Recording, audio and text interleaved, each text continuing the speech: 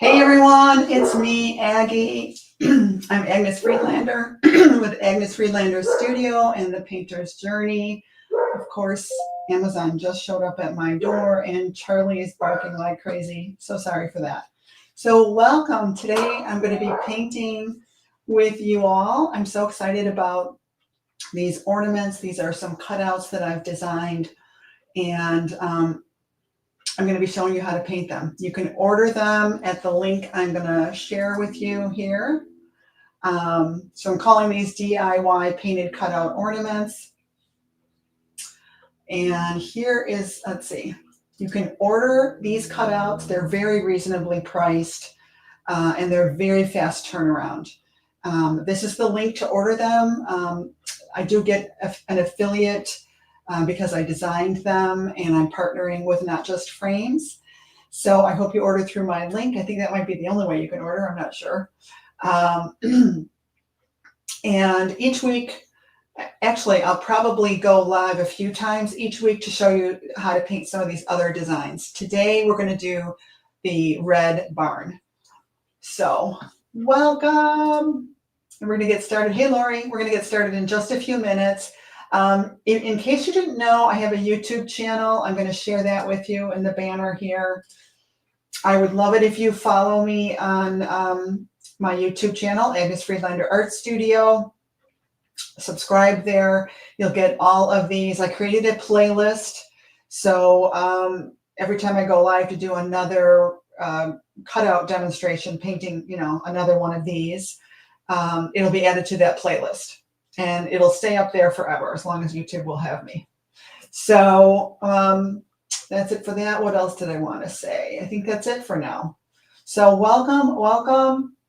If you are new here, say hello. I am always so excited to meet new artists, new crafts people. Whatever you call yourself is fine. I think we're all artists.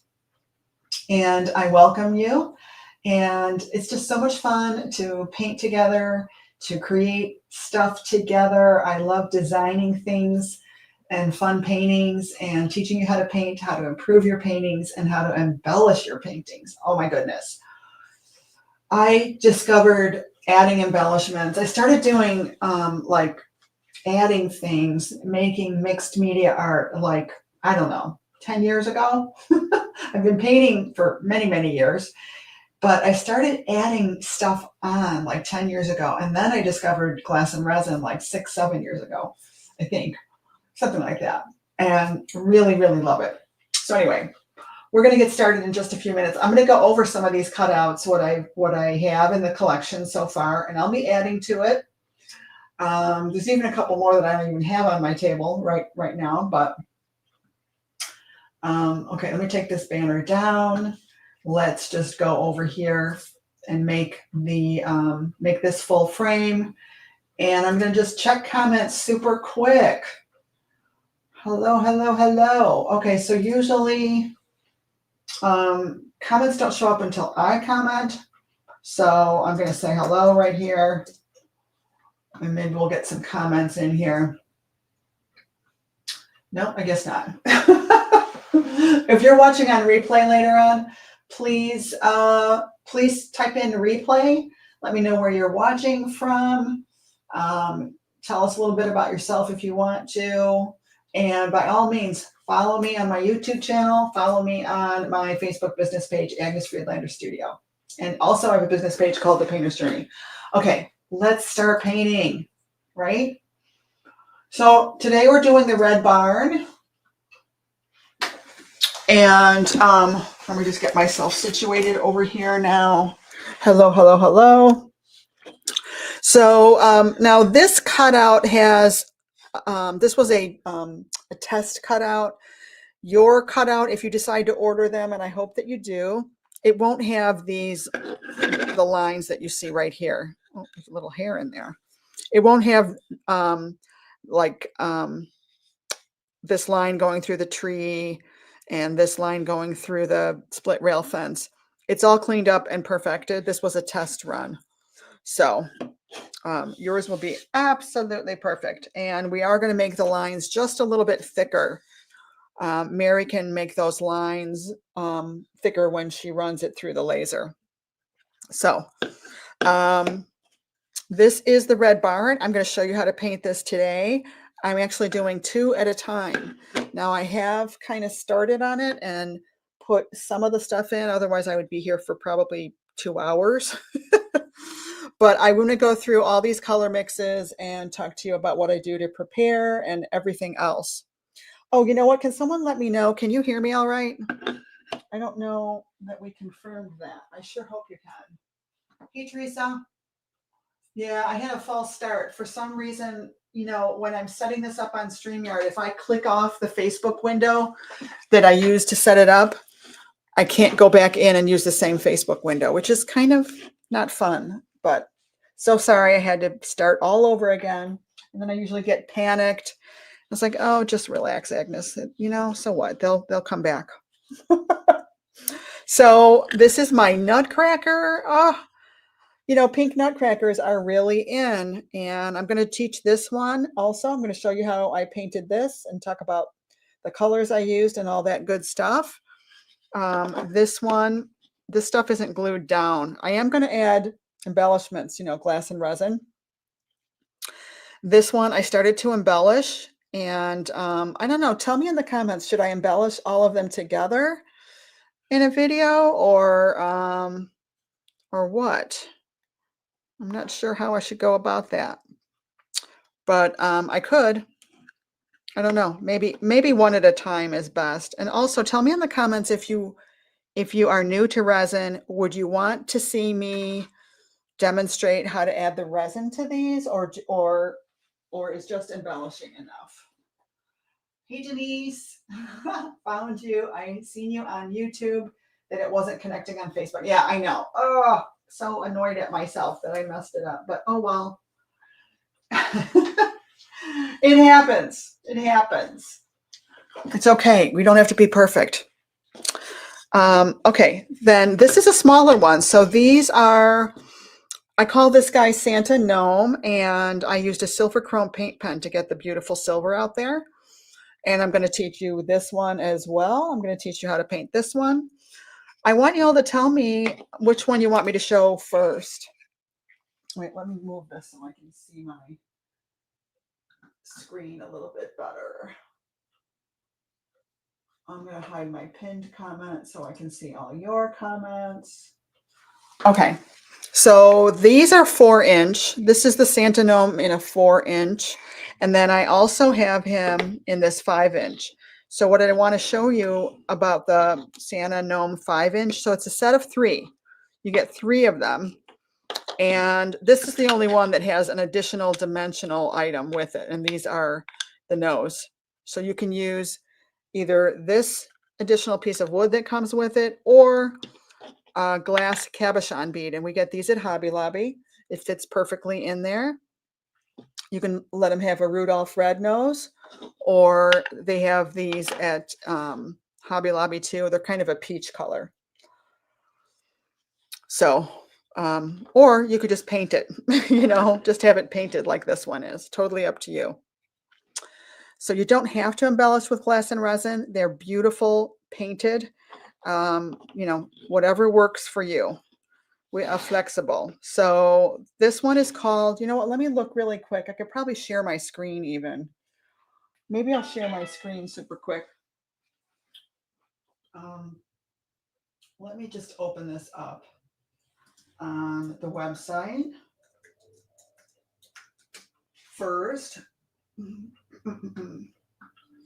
So when you type in notjustframes.com/Agnes Friedlander Studio, that's when my designs come up. And let me just share my screen really quick here.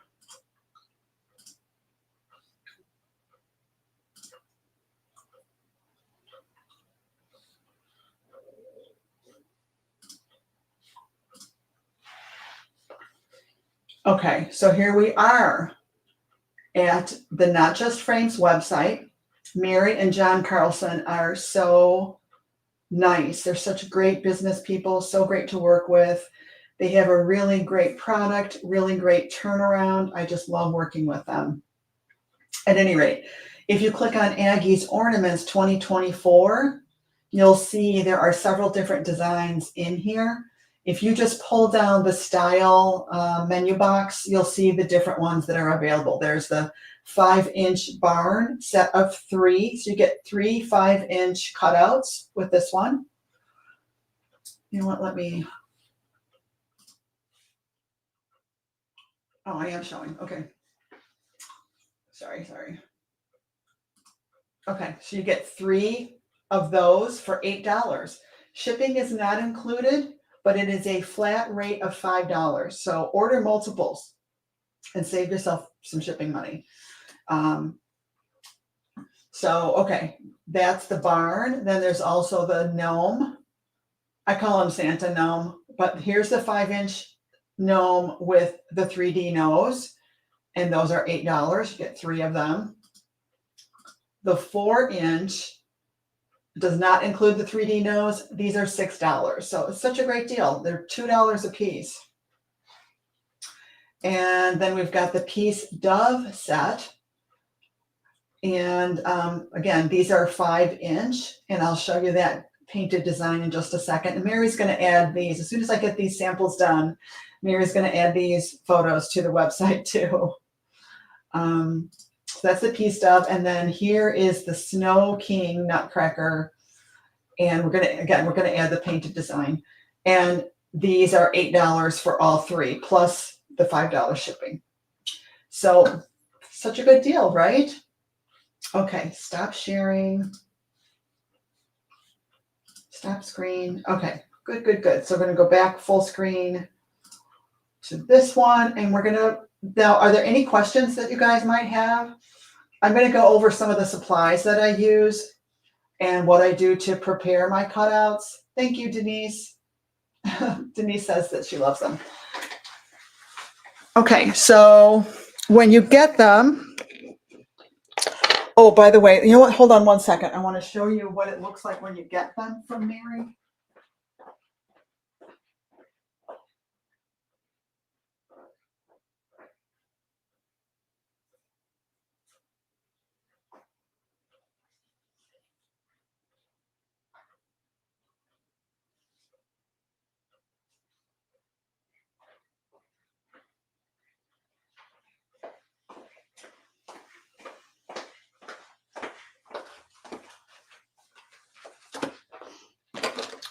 Okay, so some of you guys might be familiar with my Peacocks in Glass and Resin class. And one of the members requested that we do a wood cutout for the foreground part of the peacock, you know, which is just the head and the neck. And then behind this, on the original class, it was all glass. I mean, there was glass on this too, but what's nice about this is that you don't have to draw it or trace it, and it's going to be dimensional. This is going to really come forward on all the peacock feathers that we do. We paint them and then we add glass and resin to them. But I'm showing you this so that you can see how your cutouts come to you. They come with a nice piece of cardboard, and they are shrink wrapped.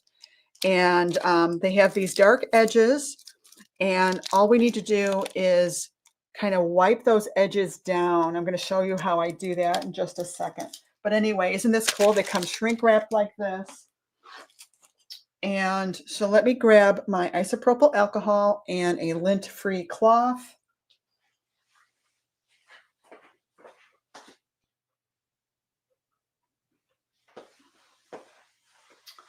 And I found these t-shirt rags at Lowe's, and I love them. Get a big bag of them for like, I don't know, 10 bucks or something.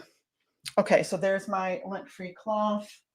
And then I've got some isopropyl alcohol. So all I'm going to do is spritz this. And then all I do is wipe the edges like this. I just wipe along the edges really quick. I already did this, so nothing is going to show on this one. But what happens because of the laser is there's a little bit of residue sometimes. And we want to remove that really quickly. It's just a real quick thing. And if you remove that, you reduce the likelihood of smearing it and getting it on the front of your cutout. You wouldn't want to do that. So that's it. That's all I do as far as the edges go. Now, the other thing that I like to do is seal them. I usually paint both sides with sealer, and I like GAC 100. Let me grab that.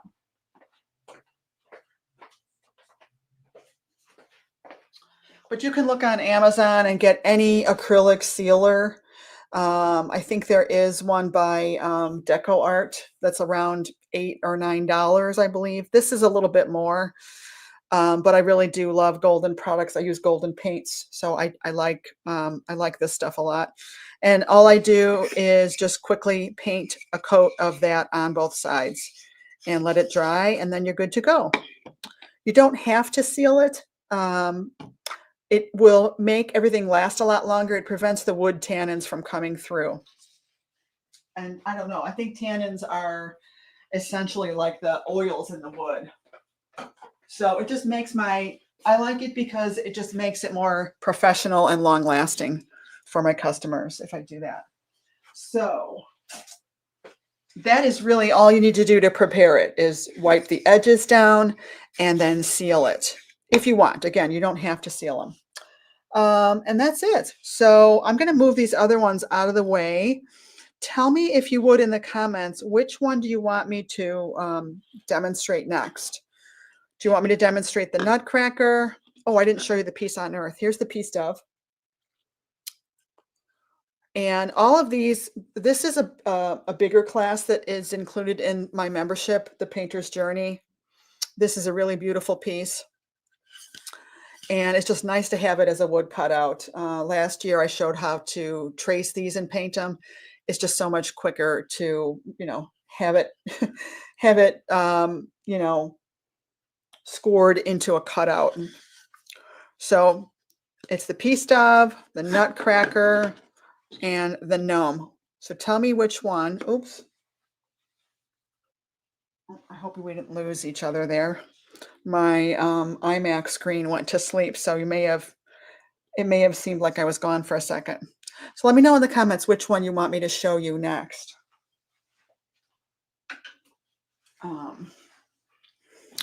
Maybe I'll go live again in a few days to show you another one of these. I want to get these. I want to show you these so that you can order them for Christmas.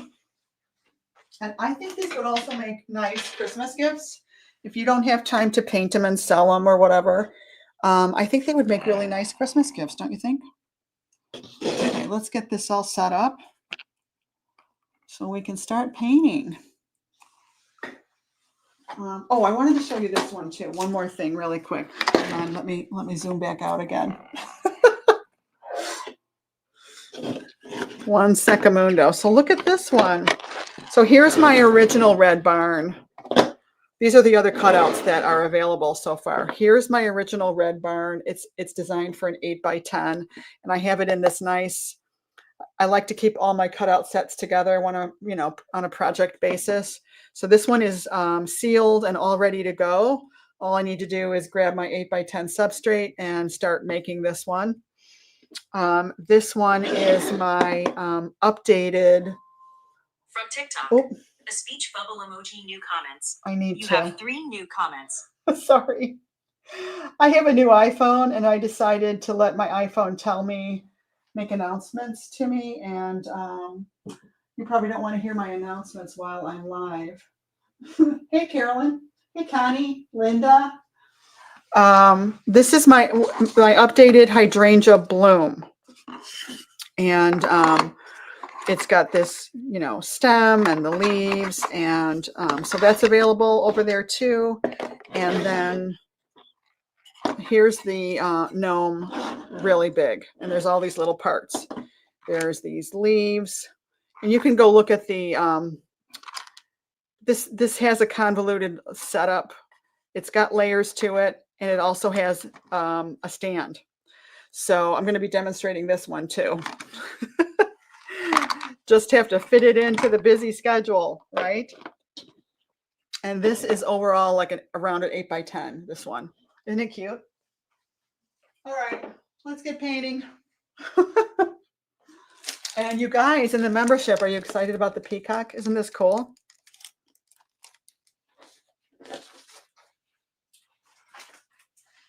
I think Marty was the one that requested that.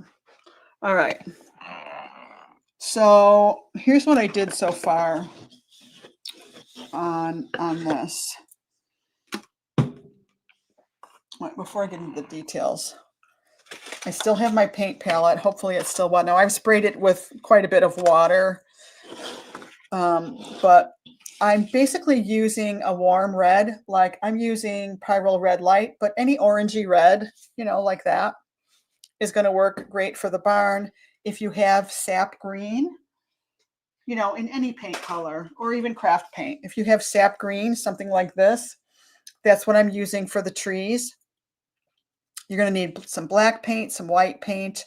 For the background sky and the ground and the distant, these could be trees or mountains back there, I used turquoise or teal with brown, believe it or not. So I'll show you that mixture.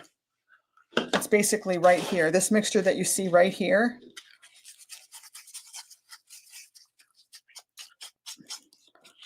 is basically white plus a little teal, a little brown, believe it or not, and also just a little bit of, that's cobalt blue. So that's how you get this beautiful grayed, kind of cool teal color.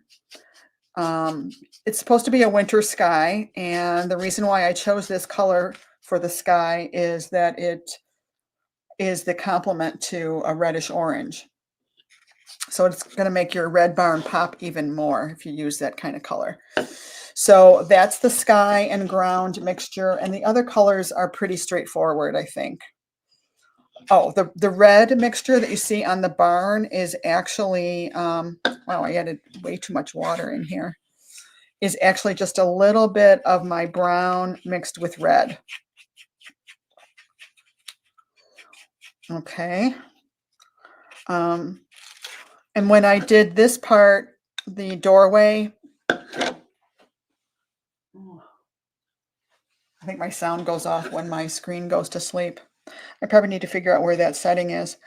When I did this part, the doorway, it's a brownish black near the bottom lower right corner, and it's blackety black, just totally black inside the windows and in the upper left part. And that way it just creates just a slight sense of light coming into the barn. I hope that's showing up on camera. Same thing for the split rail fence. I used brownish black and brown.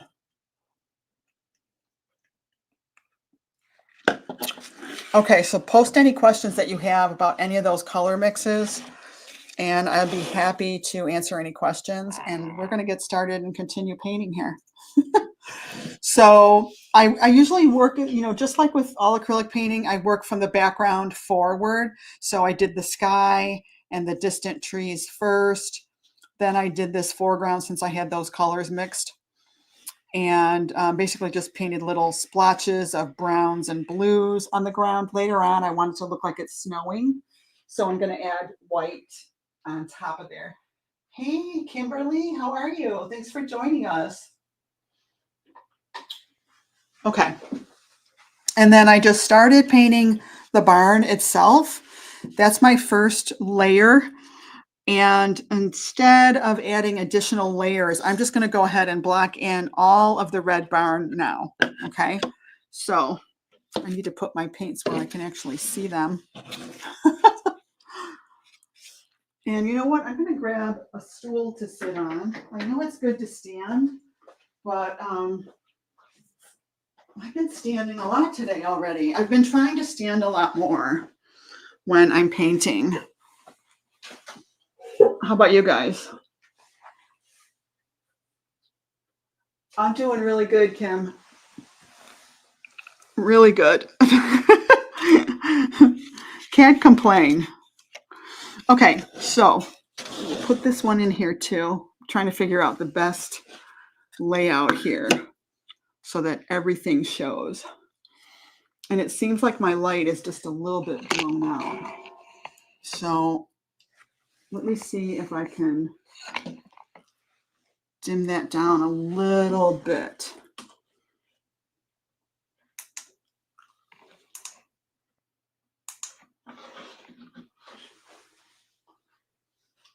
Carolyn says I mostly stand. Good for you, Carolyn.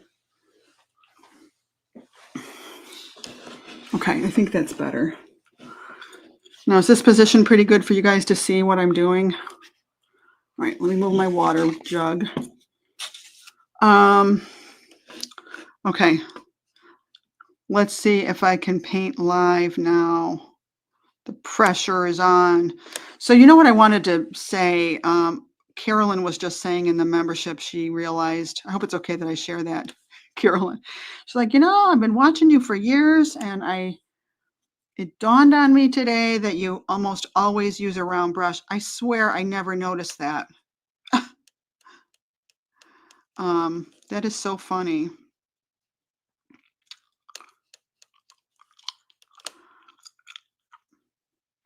I really never noticed that. And what I wanted to say is when I was a production artist, I had a boss. He was not the greatest boss. Oh, I didn't like him, to be honest. It's so nice to not have to work for anybody else right now. I'm the boss. But anyway, one day he came over and showed me, because I used to, design logos by hand and do art by hand, like lettering and technical little things with a brush and ink, like the really old school, old fashioned way. And so he came over and showed me, he saw me struggling with trying to paint a straight line perfect. And he showed me, how do I want to show you guys this? That what you should do if you want to paint like a straight line is to, like, let's say right here is my line.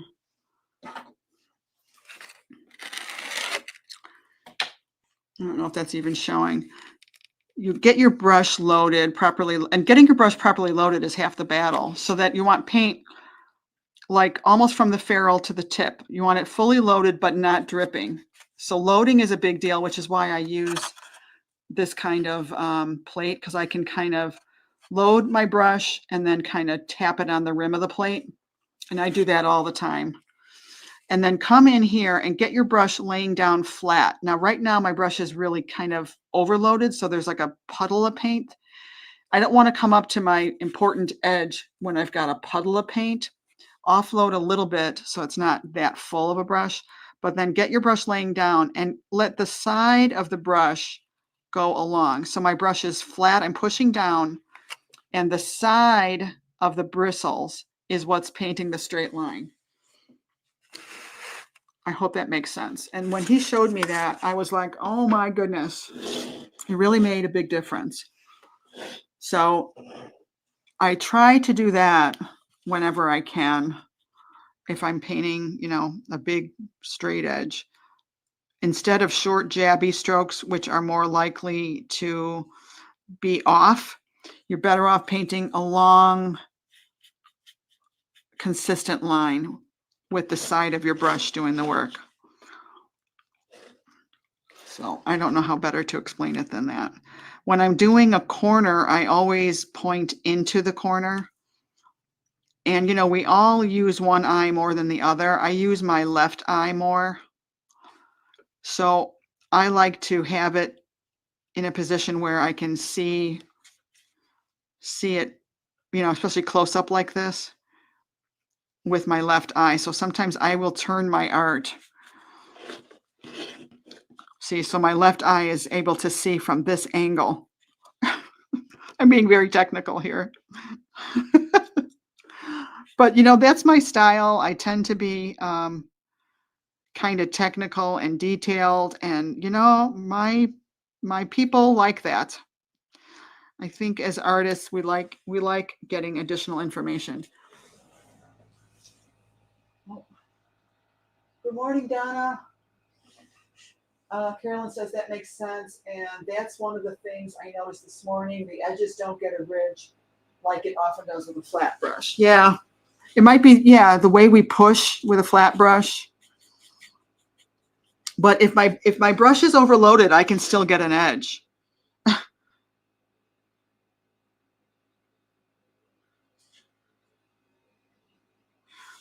Somehow I don't think I sealed. I'm not sure if I sealed this one, to tell you the truth. So now here I can grab some lighter red here and there. Oh, I'm making the camera jiggle. I'm sorry. But we are starting with a dulled down red. So it's, I'm using Burnt Umber Light. Burnt Umber is the warmer of the browns. There's oh, actually, I'm sorry. It's the cooler of the browns. There's Burnt Sienna, which is essentially a red. You could use Burnt Sienna for this. And then there's Burnt Umber. And I like Golden's Burnt Umber Light. That's one of the colors that we use in the membership for a lot of the classes that I teach. We have like a standard palette of colors. You don't have to go out and buy every paint color. You know, we just keep it to about 9 or 10 colors that we use pretty consistently. Once in a while, I might ask you to add another color to your repertoire. It's hard to say that. And by the way, you guys, Christmas is coming up. It's a really good time to, you know, let the hubby or the kids or the grandkids, whoever, let them know that you'd like to add to your palette. If they're looking for ideas on what you might want for Christmas, you might ask for another paint color that you might not have in your collection of paints. Like if you don't have teal, I think teal is a must-have. I absolutely love teal. Another really nice one to have is Naples yellow. It's a nice warm yellow. I hope I'm still on camera. I'm really not. I was kind of going off, wasn't I? Which is why I have it tilted so that I can have this in front of my face. Okay, now we're better, I think. I'm waiting for the camera to catch up. I keep moving things. Oops. And you know, I try to paint inside the lines. This one, like I said, it's a test run. The lines are a little bit thin. They're going to be thicker. It'll be a little bit easier to paint. Just need to be a little bit lower. Oh, I don't like my paint so watery, but you know, I kept on adding water because my paints were going to dry out. So I just use a simple palette for stuff like this. This is just a styrofoam plate. We've got this grocery store called Woodman's, and the styrofoam plates are so affordable, although they have gone up. Everything's gone up. It's crazy how much everything has gone up, isn't it?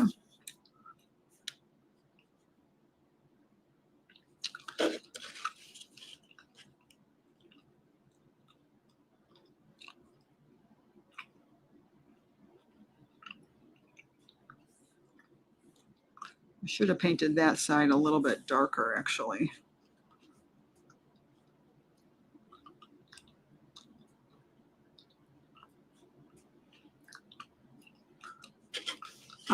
These are going to be white framed windows, so I like to have it just a little more brown right up against what is later going to be a white frame. Just makes those you know, the white frame pop a little bit more.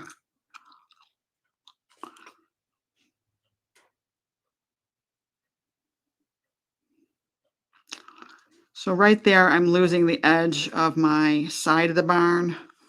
So I'm going to pick one side and make it darker.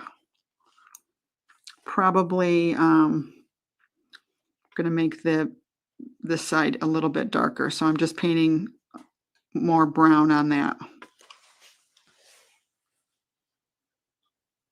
Hey Ray, good morning. How are you?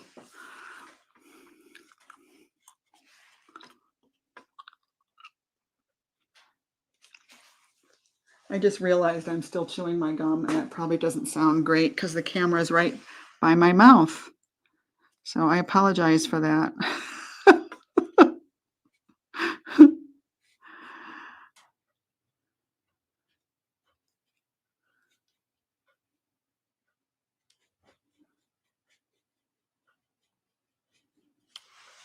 Okay, so that helped. It's a little bit darker there. Come back over here. This needs to be a little bit darker. Oh, I can't stand the watery paint. I might have to put new paint out. Oh, that's really dark.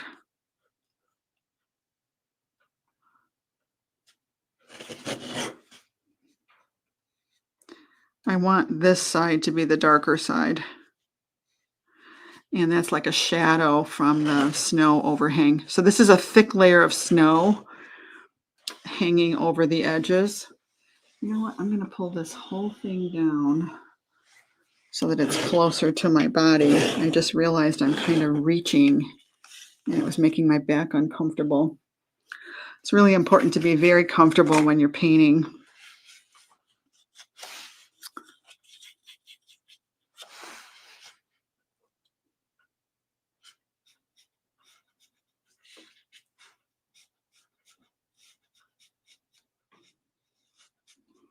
Yeah, I got to put some new paints out. This is too watery and driving me crazy. Ugh, all right.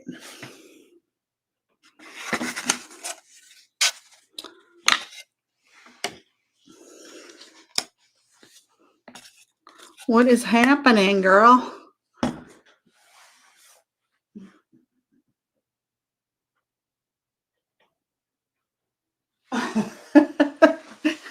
You heard my gum?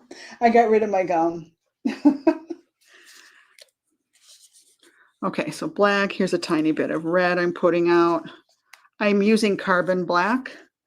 But again, you could use craft paints on this. I don't normally say that, but I mean, you know, these are, well, I consider these like heirloom quality cutouts, heirloom quality ornaments. You know, your grandkids are going to love these and cherish them, right? So I'm putting out some white. Right there. Fresh paint is always the best, right?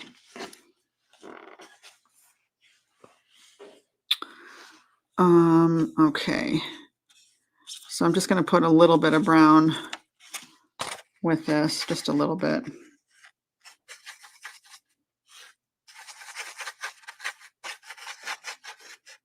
So much better.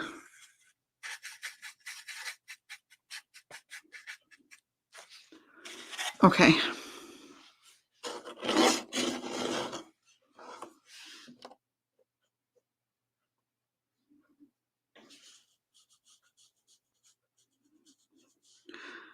And did anybody watch Yellowstone last week? I am confused on what's happening with that. I know Kevin Costner, there were some issues with him on the show or something.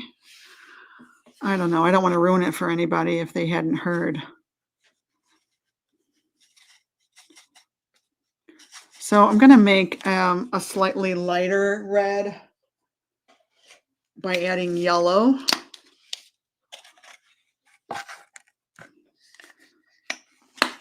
You can lighten colors with yellow or with white.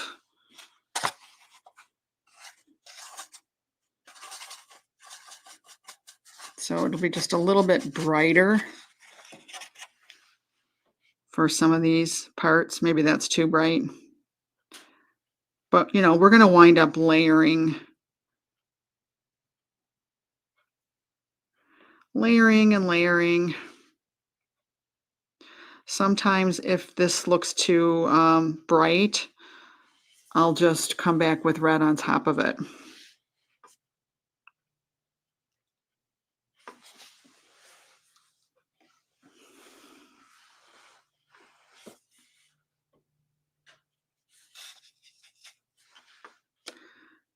And then painting inside here is really fun. But I tend to make these a brighter red inside here. And by the way, this brush that I'm using, I got at Hobby Lobby. It is a 0 liner. So it's a Master's Touch liner. It's kind of size 0. And I love this. This is what I used basically on the entire Red Barn painting, was this color. I mean, this brush.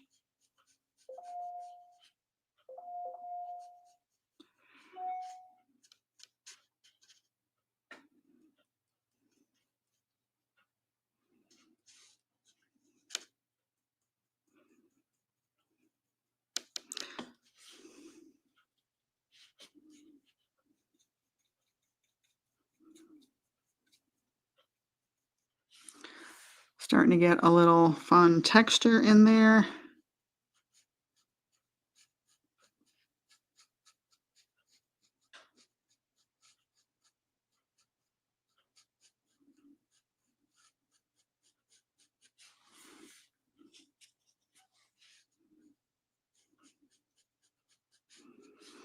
And, you know, later on, I am going to put just a little bit of dark accents on these X's, just a little bit.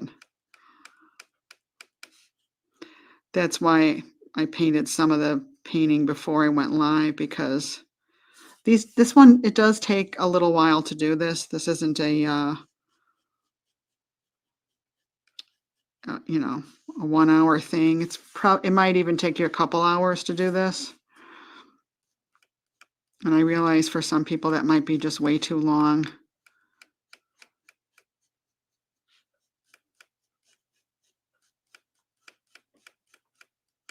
But I find it really enjoyable and relaxing.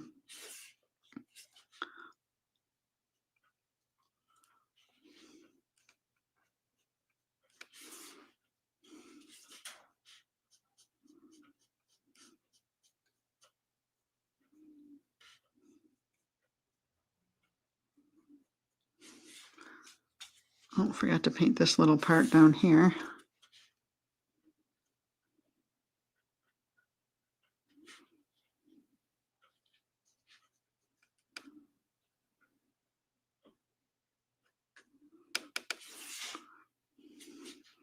You need to go over and check comments, see if you guys are saying anything there.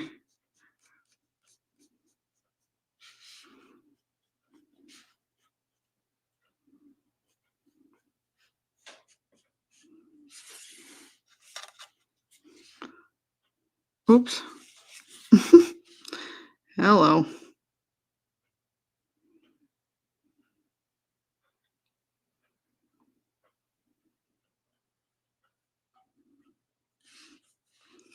Sometimes I'll smear with my finger a little bit too.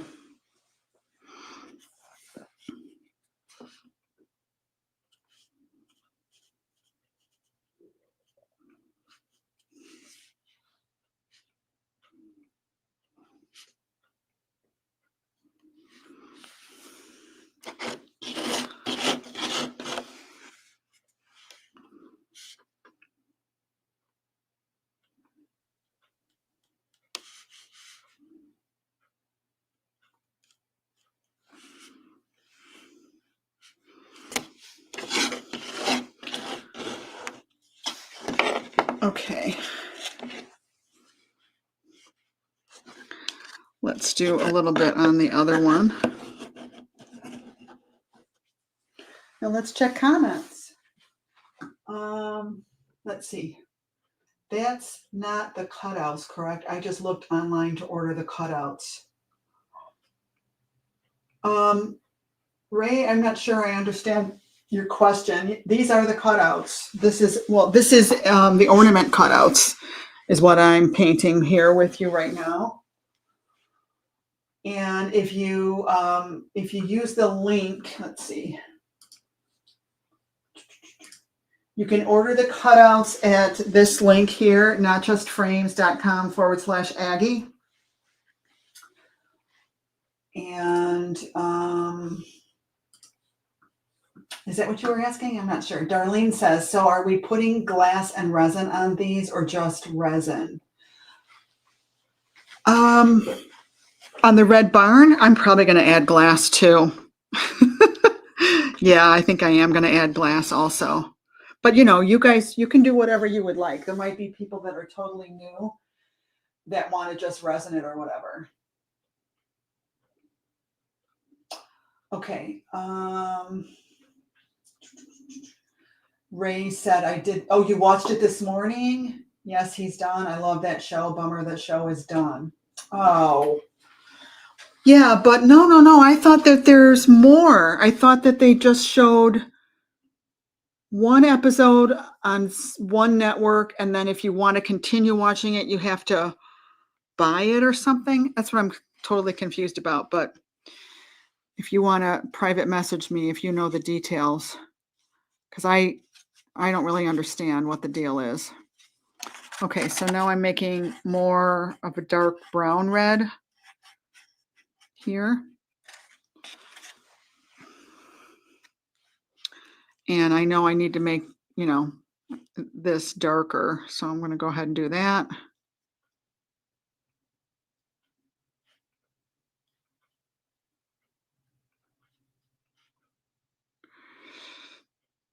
Yeah, I love that show.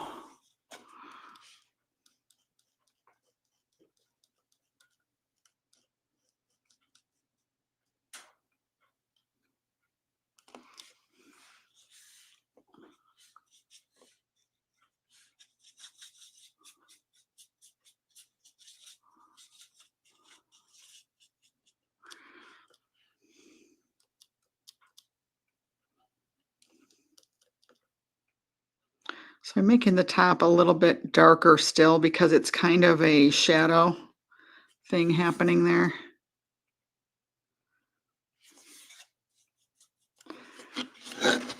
And this is a shadow as well.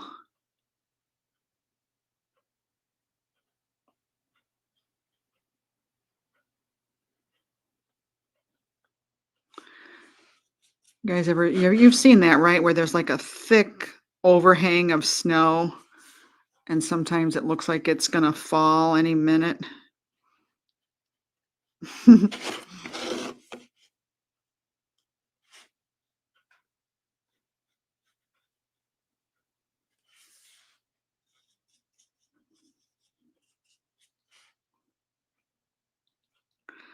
don't know. I think the red barn is my favorite of all the cutout designs, I think.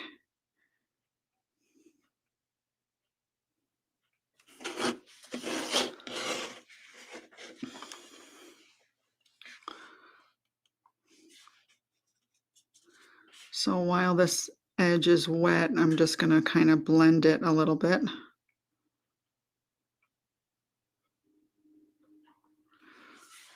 And get this just a little bit darker.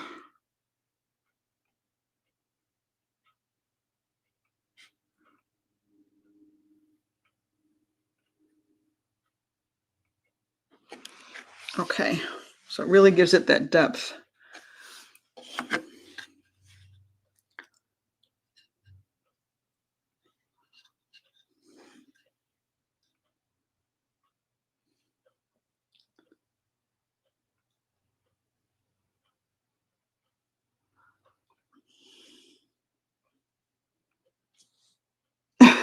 Sorry, it's so hard to tell exactly where the camera is the way with my setup. Well, that's not doing any good how I had it. Sorry about that. There, that's better. Okay. So now with the same dark color, I'm going to start up here.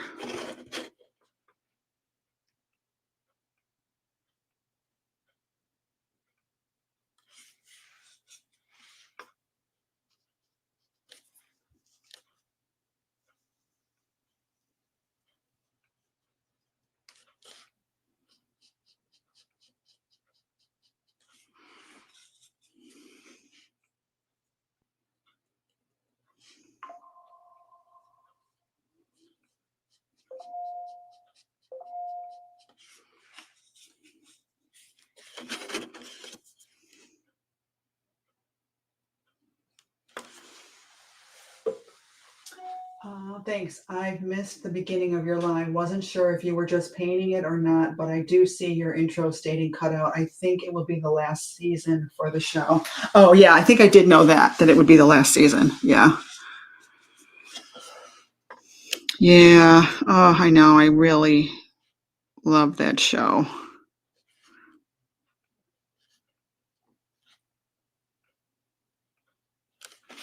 And, you know, I like anything with Kevin Costner, of course.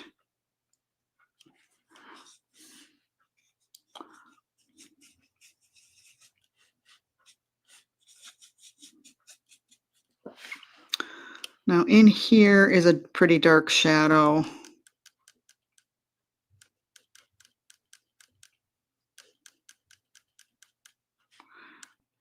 And underneath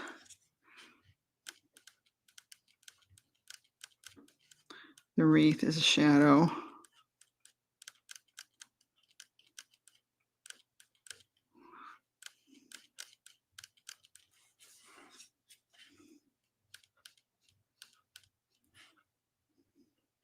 think I forgot that on the other thing. It's got a giant donut, doesn't it? I totally forgot that on this one. I didn't even paint inside this at all. Oops.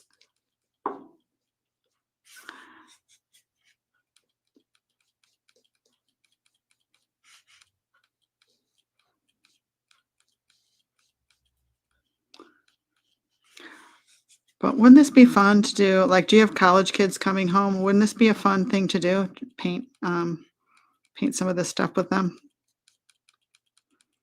Have a little paint party.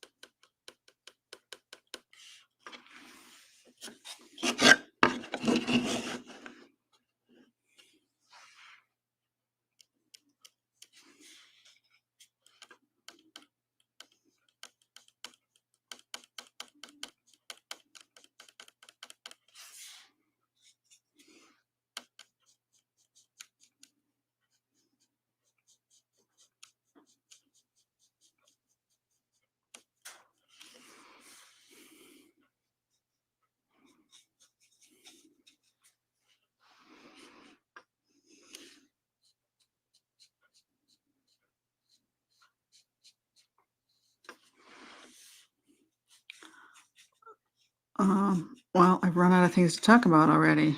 Isn't that special? What should we talk about?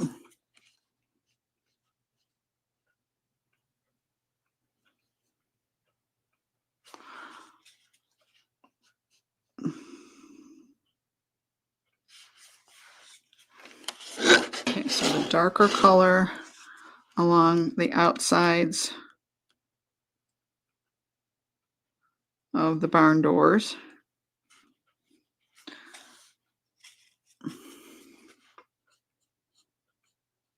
And then I just grabbed some red.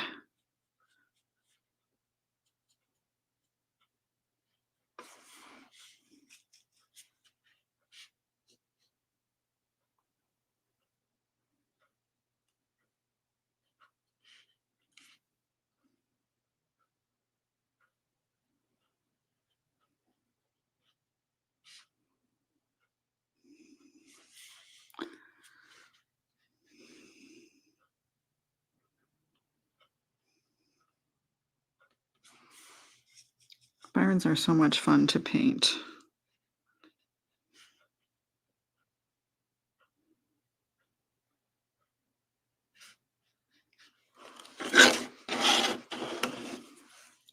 Okay, lighter red for this edge so that we see this front of the barn, this side of the barn. And again, this is my, my Pyro Red Light by Golden is what I'm using for this, but you know, any warm red.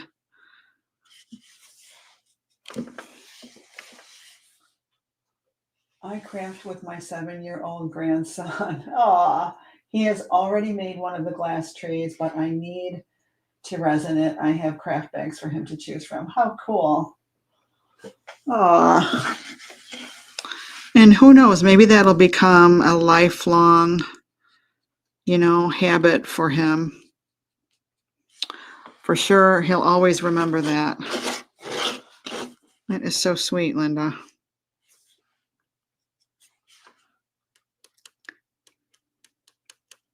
Yeah, my grandkids love making art. Hopefully they are going to see this. They probably will. My granddaughter Hannah says that I'm her favorite YouTuber.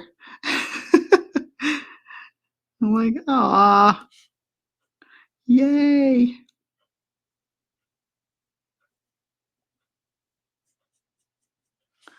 Hi, Hannah, if you're watching.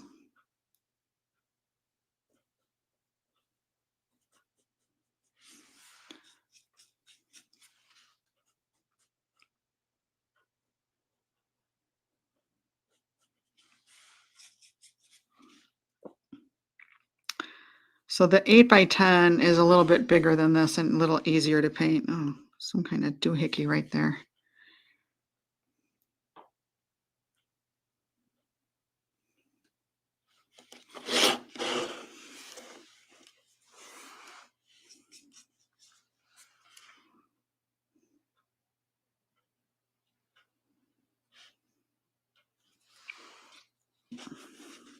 Once in a while, I'll just kind of dip my brush in the water and just kind of clean off around the ferrule because it starts to get dry and gunky a little bit.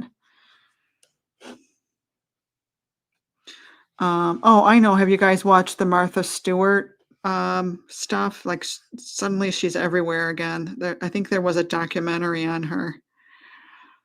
I didn't realize like what a profound effect she had on everything, you know, on business, women in business, and just everything, you know. And I didn't realize that she's so much older.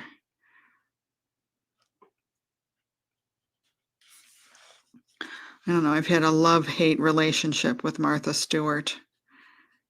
How about you guys?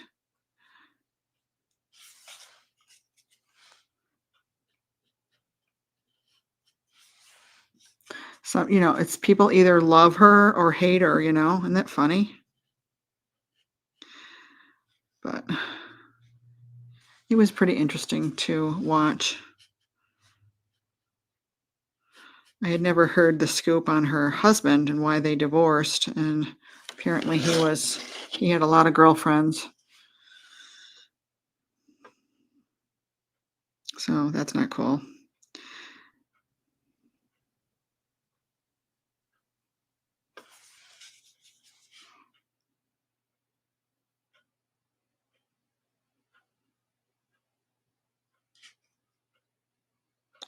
But it's too bad that the way her whole empire fell, you know.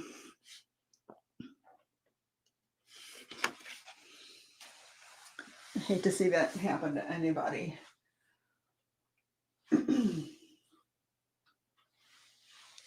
But of course, you know, I don't know. She doesn't, you know, she doesn't really admit to doing anything wrong, which, you know, I guess I don't know. Of course, she's not going to publicly admit anything. I guess who would, right?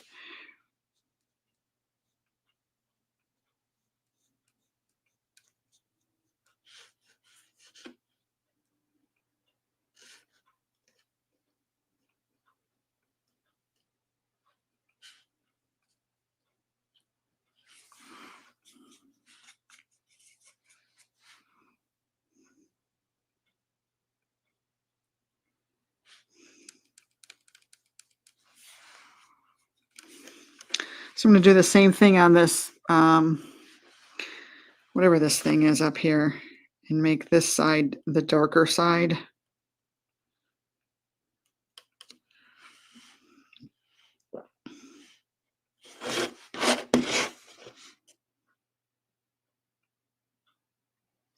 So you have to kind of trust the process. It's going to look a little too dark at first, all these colors, but that's kind of the nature of painting with red.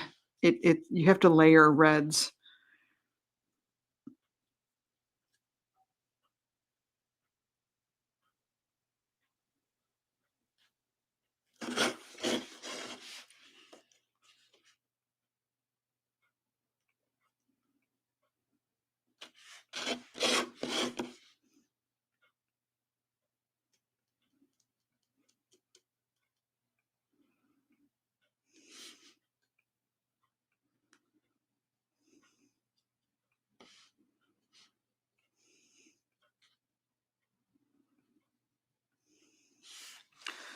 So we want it to have like vertical looking wood pieces in here eventually.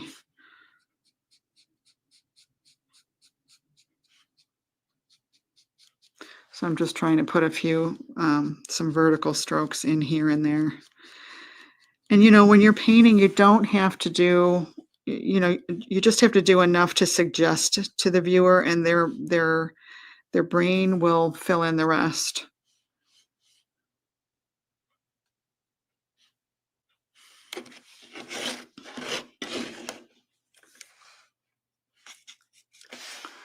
So I've got my pure red over here and my darker color over here, and I just switch, grab whatever I need.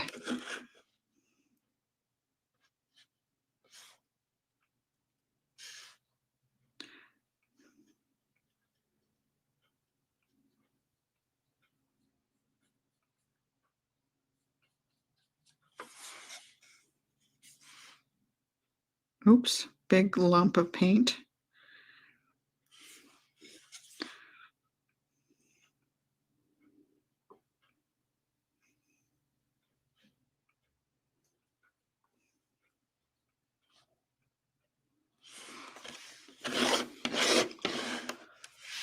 That edge is really sticking out. And sometimes things, you know, get a little bit darker as they dry, so I'm not going to worry about that looking too light right now. So here's my really bright, it's essentially orange, really.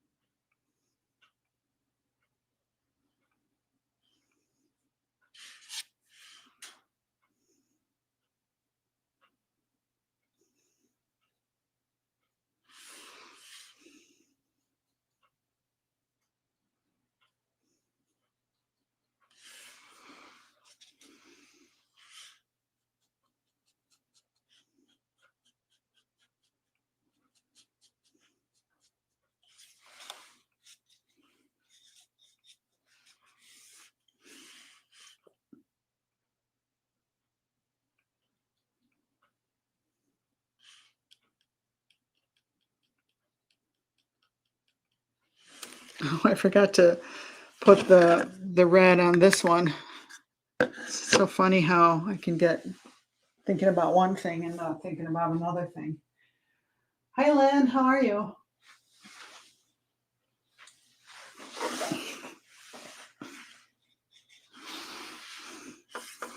What is happening?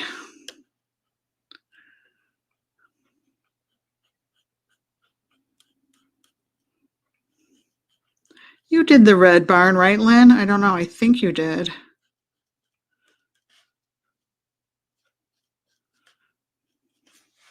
I mean, you made one, right?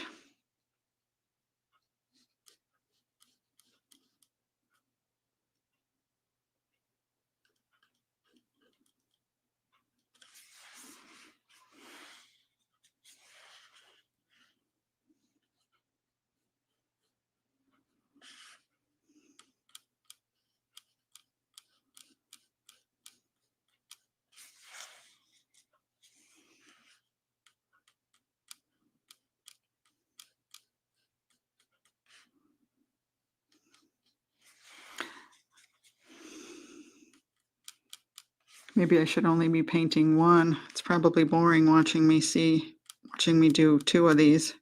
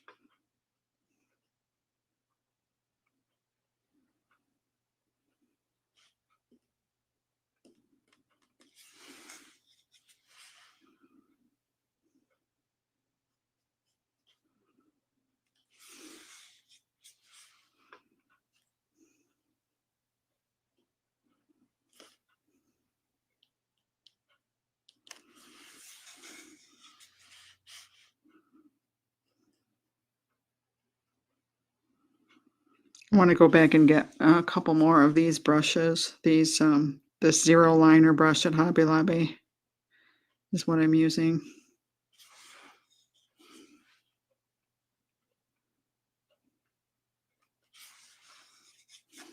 So did anybody comment, should I, which one do you want to see me paint next? What are you guys painting this year?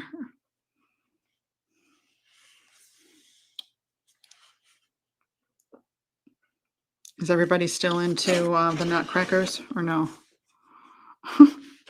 So weird how popular they've become, right?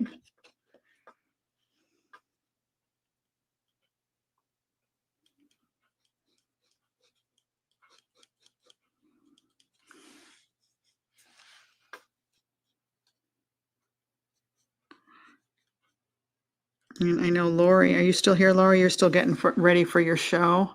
Deb's getting ready for a show. She's probably really busy making stuff, hopefully.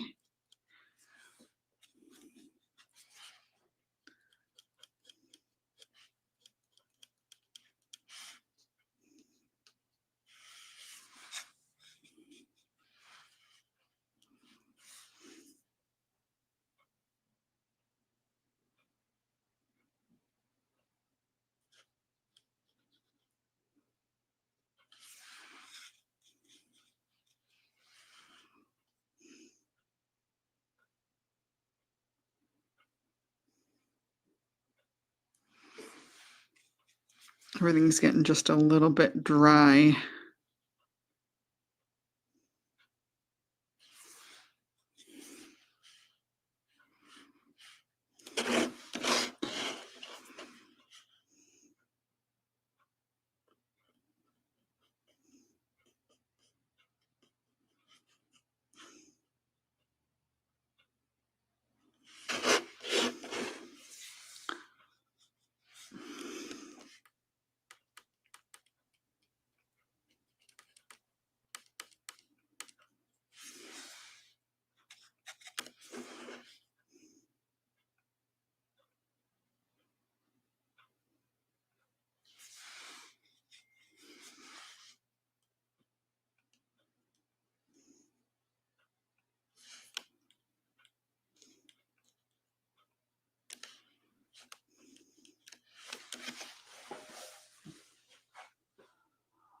I missed the beginning. I'll have to replay, but I'm assuming this is the wood cutout. Oh, I'm good. Thank you for asking. Didn't realize you would be on today. Glad I caught you. I'm glad you did too. Started, but haven't finished. Things in my household have been crazy to say the least, and I've been having trouble finding the classes. Must just be me. Oh, anytime you're looking for something, just let me know, Lynn. Best way to reach me is on Messenger. Okay, so there's that. All right, let's make this a little brighter.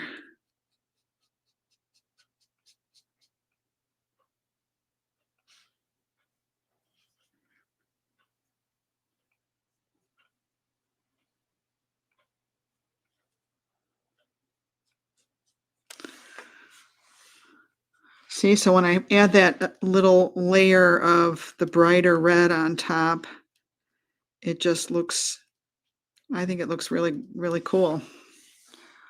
Gives it that weathered look. Hopefully I've got this showing this time. You have to wait for the camera to catch up.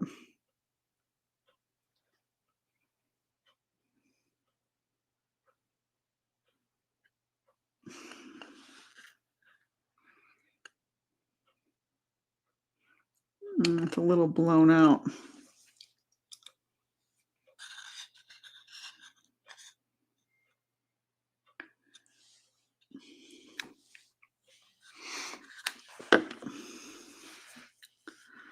Okay.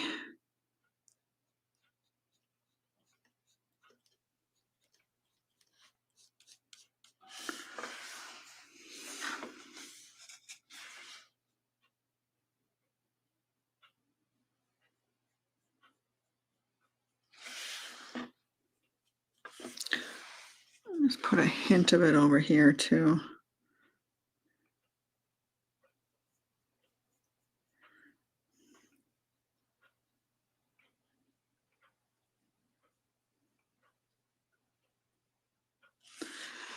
Okay, so that's the red. Did I get all the red? Oh, let's do this one right here. And you know, if your paints start to get a little dry, I like using this bottle mister. But I hold it far away and I don't let the full mist hit it because then it gets too watery, my paint. I don't really like having watery paint because it doesn't cover as well.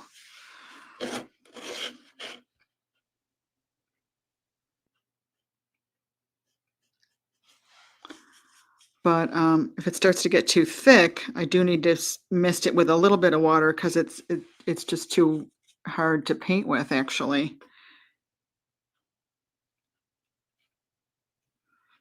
It's like a Goldilocks thing, has to be just right.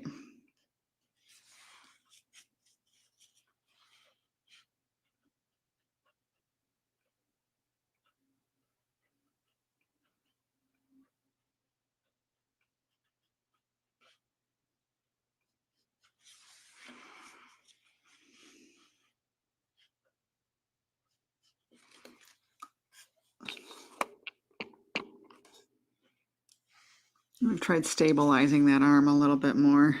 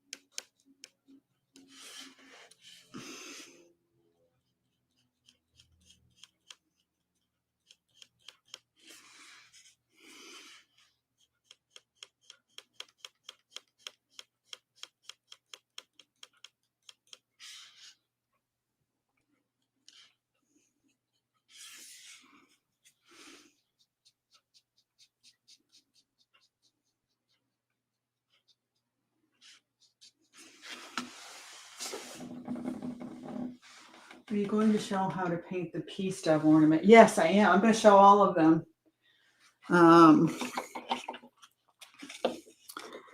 Did anybody say earlier which one they want to see next? Let's see, I'll go back and look. Okay, Carolyn said peace on earth. Probably meant the pea stub. So yeah, you want me to, I could paint the pea stub as the next one. Yeah, we'll do the pea stove next. Okay.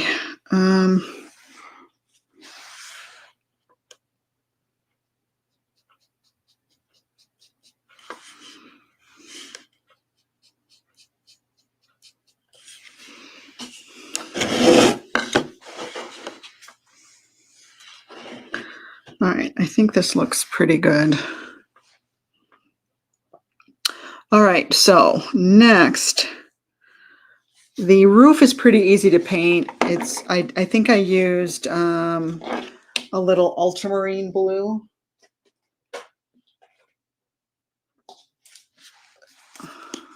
Might have been cobalt. You know what? Let's use cobalt.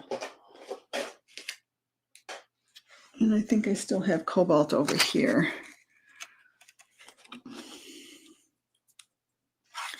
All right, so just a little cobalt. Whoa, that was a lot of cobalt.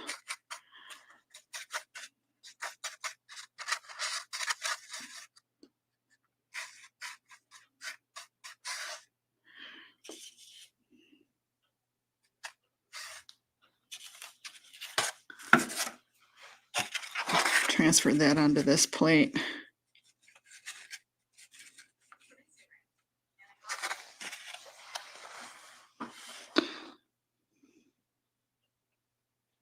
So we do want this to look lighter than the sky because this is a roof full of snow that has clung to the roof.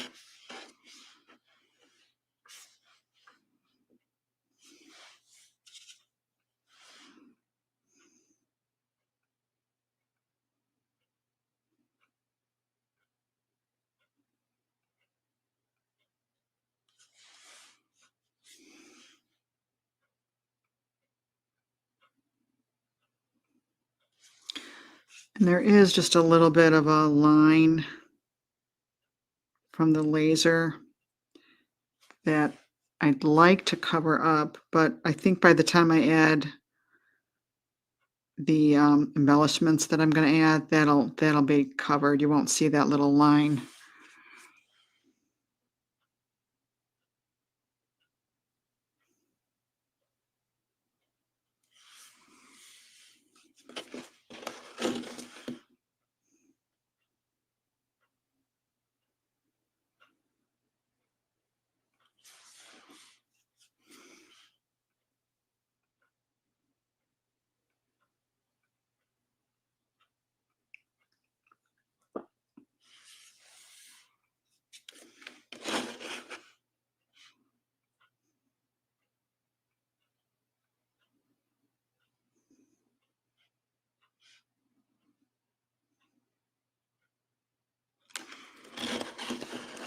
And I did put this on kind of thick, but I don't really mind that.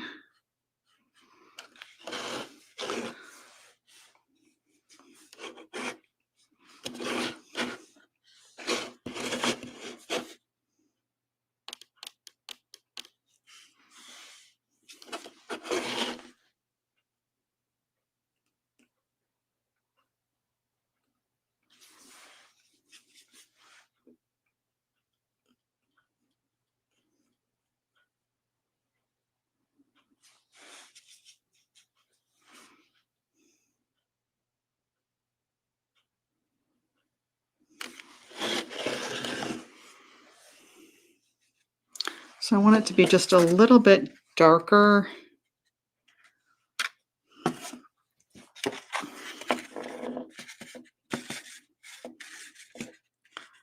like it's just a little bit of a shadow color.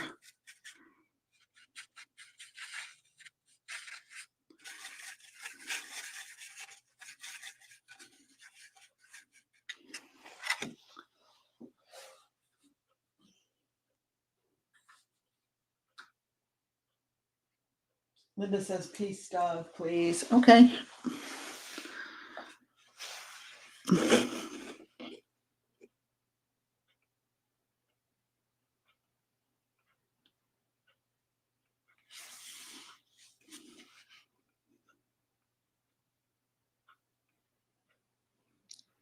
Yeah, I mean, even a mound of snow would have shadow on it.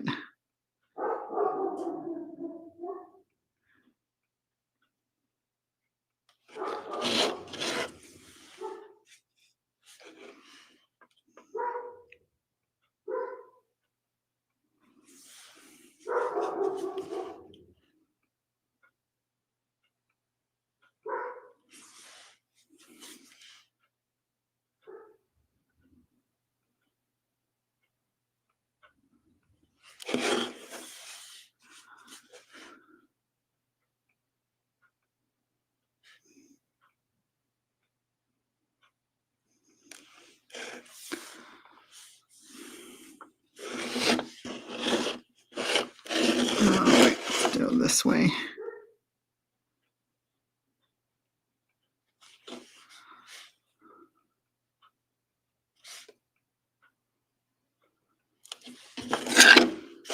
Oops. And then I can get just a little bit lighter and use pure white in a couple of spots.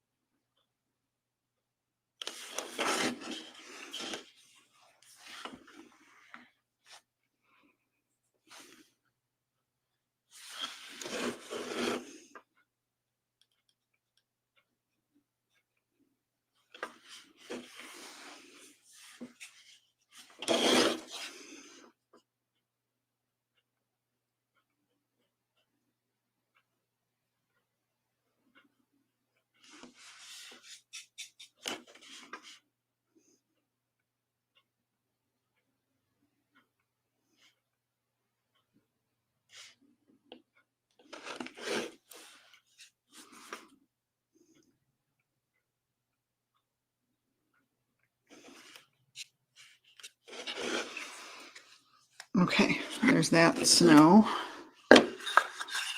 Snowy roof. I hope that's showing up.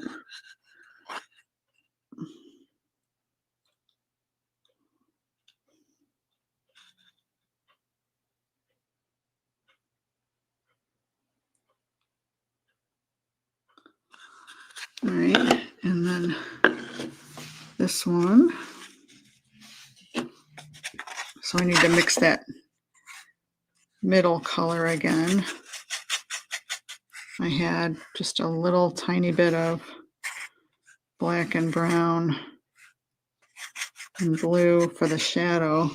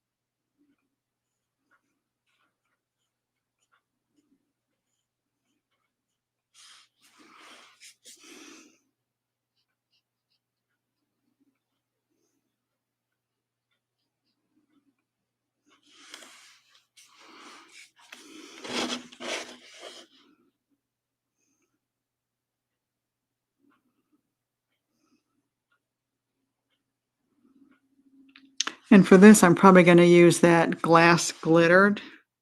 Whoops, I forgot to do the chimney here in red.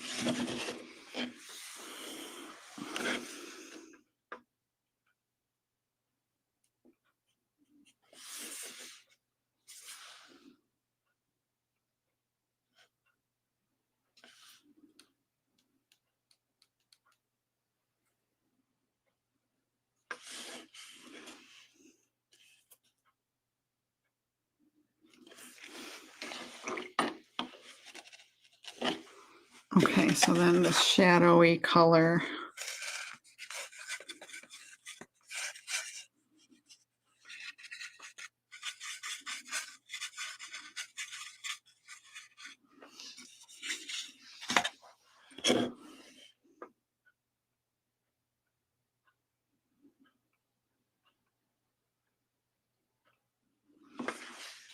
I don't think that's dark enough.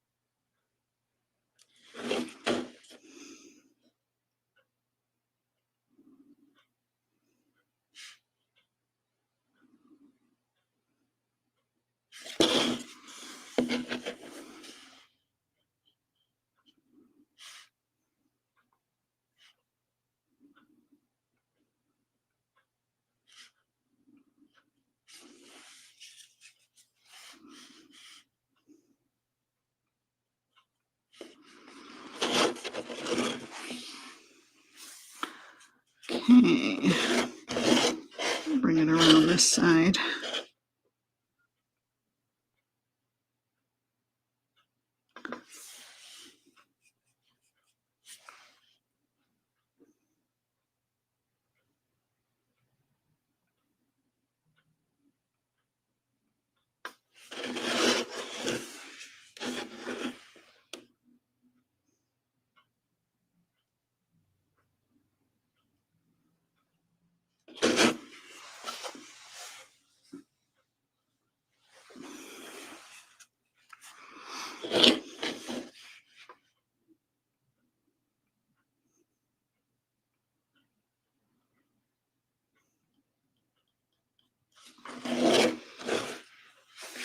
Okay, it's the shadow of the snow. And then you go back to the light color again.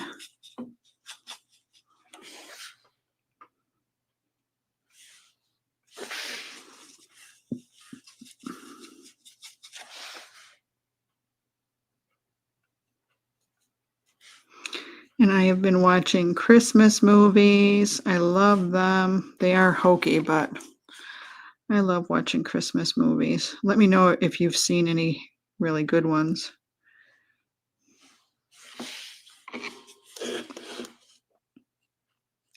Who else likes Christmas movies? They're kind of hokey. Okay, let's see.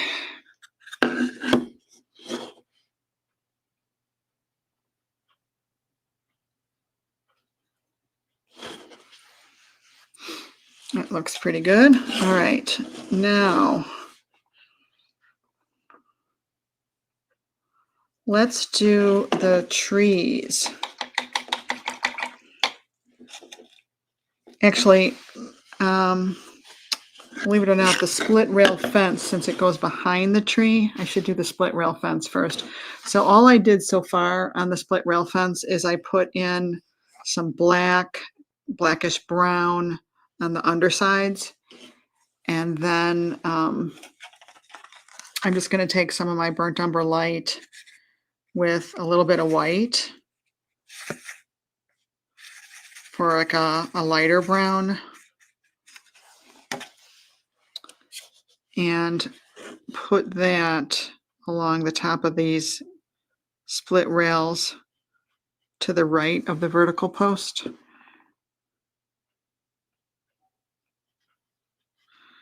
And it's real important that this vertical post is in front of that. You need a nice sharp vertical line to separate the vertical post from the horizontal ones.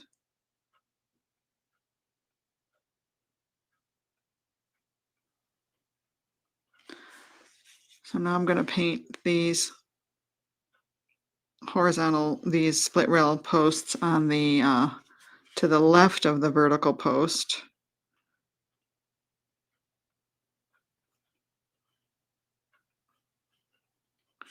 So it's kind of shaded so that the upper part is lighter than the bottom part.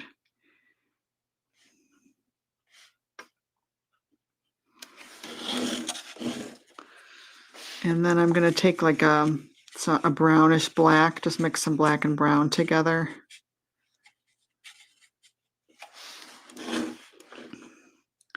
And just put a little more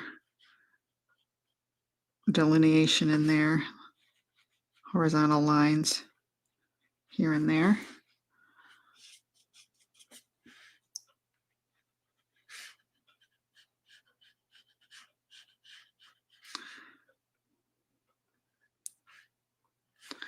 I'm going to strengthen this line again with with some black maybe.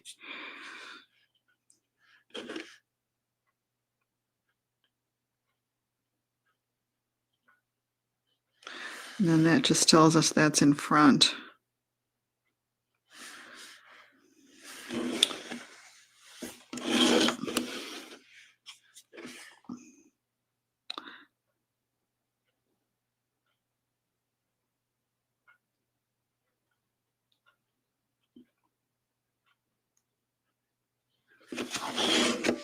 Okay, that looks pretty good for that one. We are going to have snow along the top of it, which really winds up looking great when we put that in.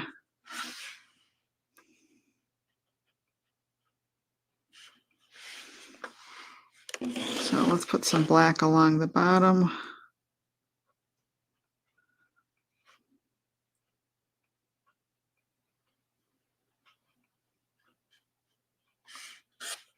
Oops, made that a little thick. I just pressed down too much with my brush, I think.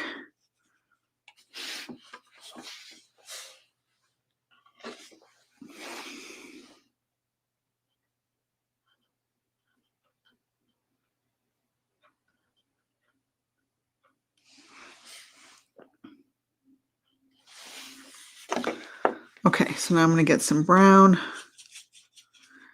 the light brown. It's a brownish gray.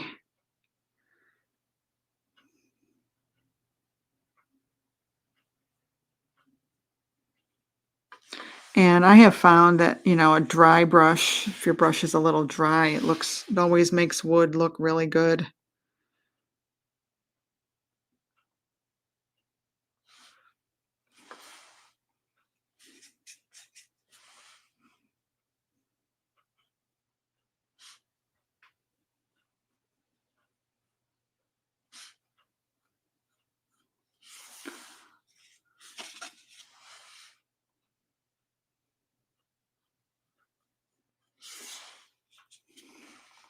A little more brown, more downtown Charlie Brown. I don't know why I call it downtown Charlie Brown. I was listening to a few minutes of a Chicago radio talk show the other day, and somebody had written in, I guess they wanted you to write in about favorite, like, childhood memories and shows or something, and somebody wrote in saying that Charlie Brown was the most horrible cartoon, and it's depressing, and why was that the epitome of a classic, and blah blah blah. They really didn't like Charlie Brown. You know what? I never really loved that show either, but it's like anything, it becomes almost a tradition by default, you know? And it just stirs up childhood memories, so it becomes, oh, I got to do this. It becomes more cherished than it, you know. I don't know. Did any of you guys love Charlie Brown? The Charlie Brown Christmas show? I mean, there wasn't much on either. Maybe, and the person that wrote in about it said, you know, it you know, it's well loved because there was nothing else. It was literally the only Christmas cartoon. But you know what? I don't know. I remember other Christmas cartoons. I remember Here Comes Susie Snowflake. I don't know if that was just a Chicago thing, but that was, oh my goodness, I would run to the TV when that came on. And if you haven't seen it, it is on YouTube. Somebody posted it on YouTube. It's just a short, silly little thing, but it was only on once a year, so it was special, you know. And what else? What else was there? Oh, Rudolph the Red-Nosed Reindeer, you know, I loved that show. That was probably my favorite. With the Island of Misfit Toys. And the one elf that wanted to be a dentist. I don't know why I remember him.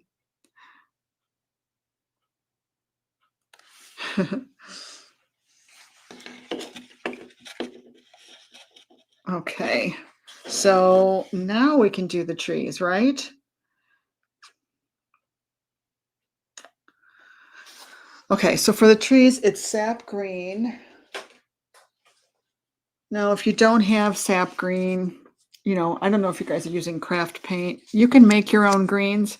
To make it more of a evergreen, just add some black to it. You know, whatever yellow and blue you have, you know, make a green. It's going to be a crazy grass green. And then if you add black to it, or sometimes if you add a brown to it, that'll tone it down, make it look more like a realistic green.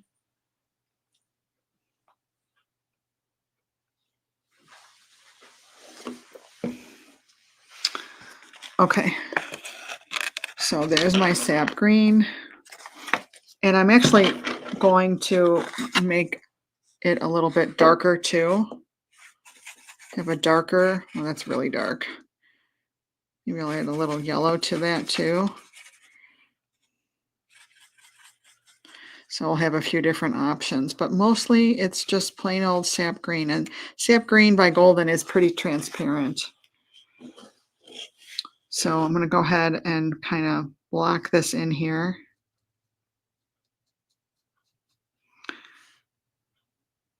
Again, this is my dark color.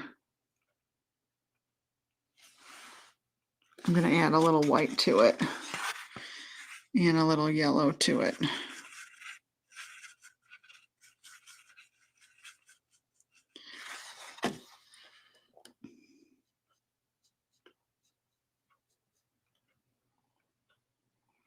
Because that was way too dark.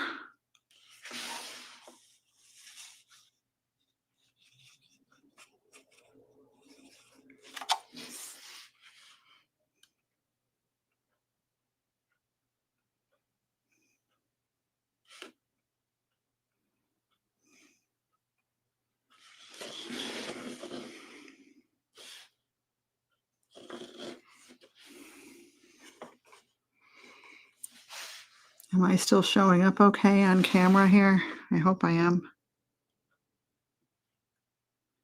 Can you guys see this okay?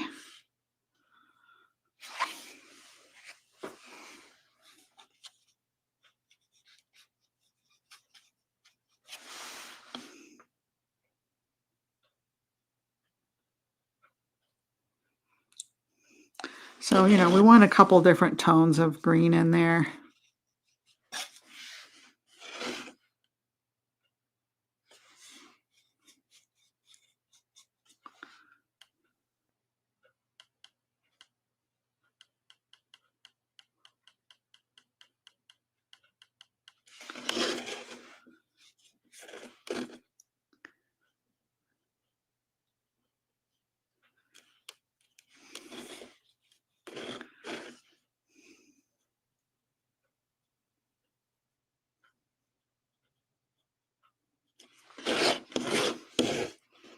Okay, let's do this one.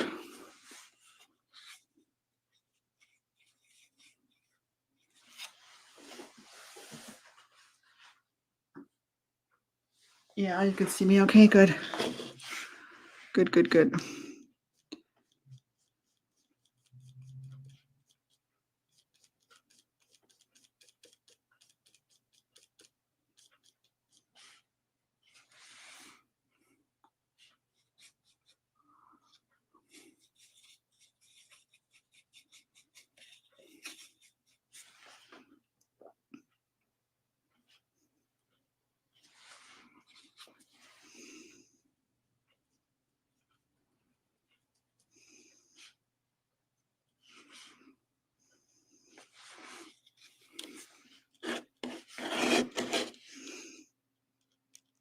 Ooh.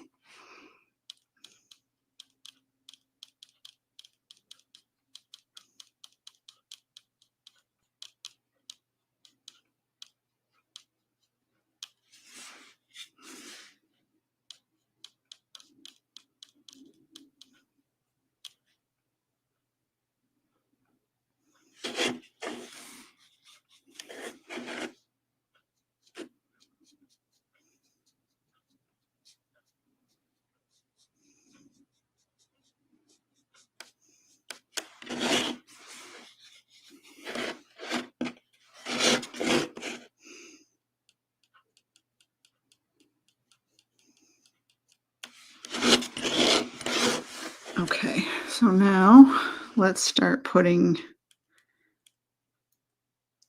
green in the trees. And I probably should use like a medium green.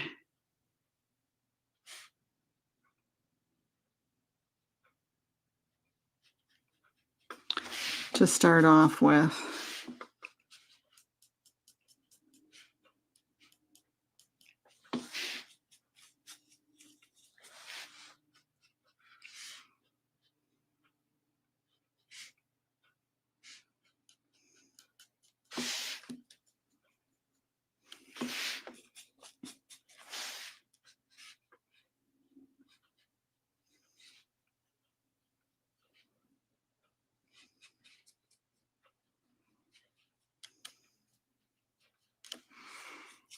And I'm just trying to do loose, brushy strokes and not worry about it too much because I really do want to have glass on these trees.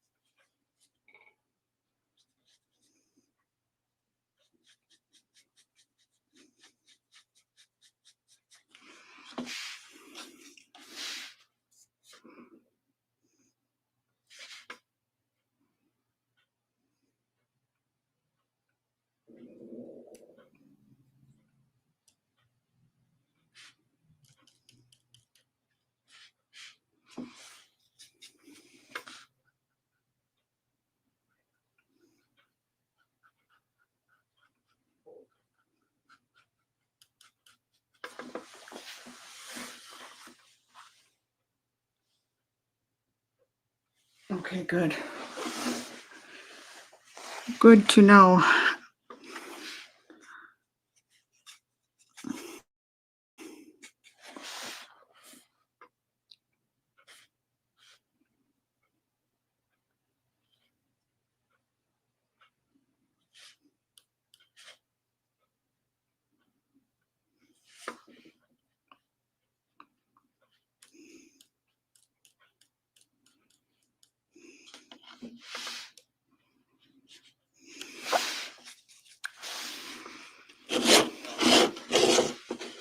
So I like the warm green.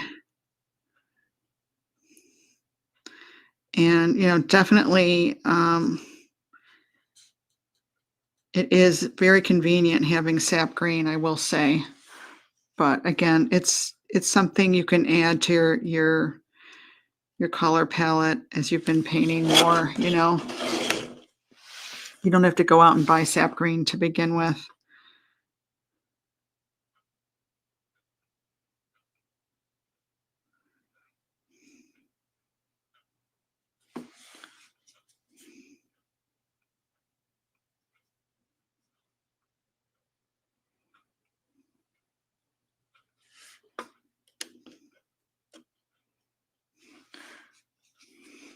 So I kind of want loopy horizontal strokes.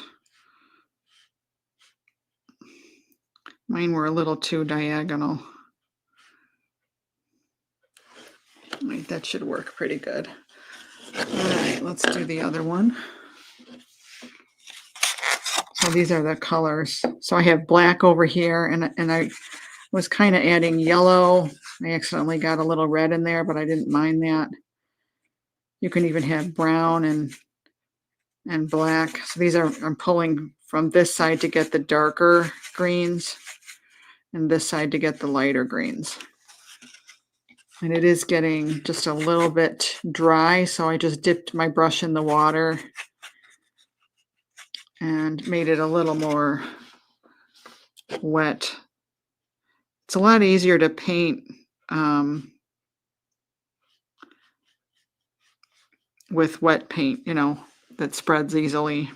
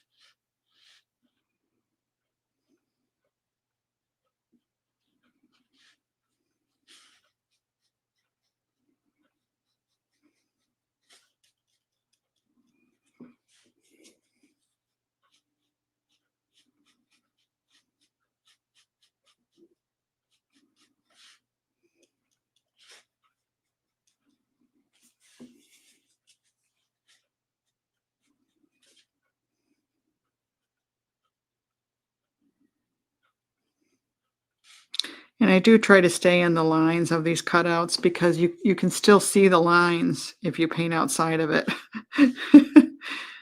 You know. And granted, I don't know how much that would really show by the time we add our embellishments, but just in case, I'm trying to stay inside.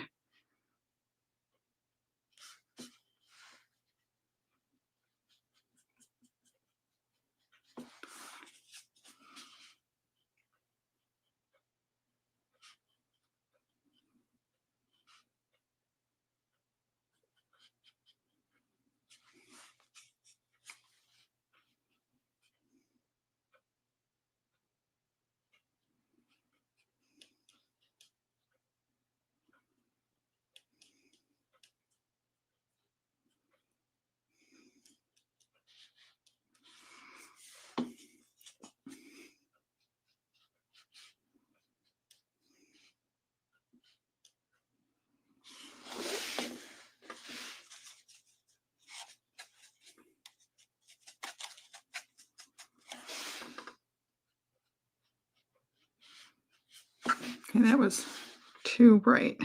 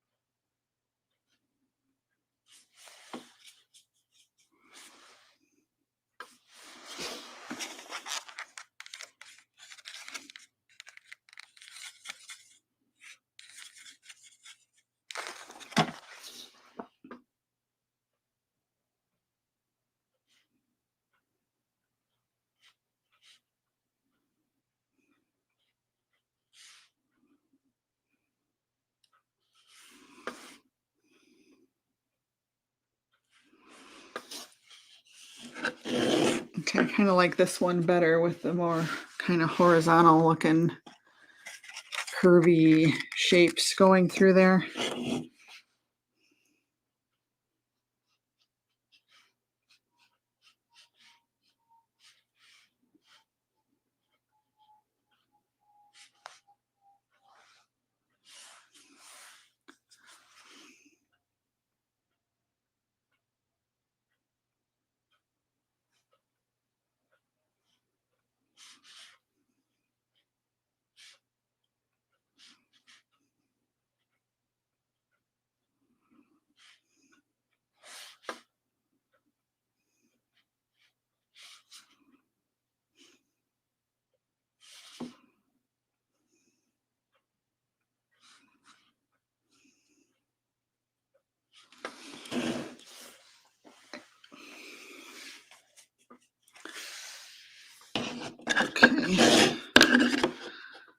So this side would be a little darker. This would be a little darker.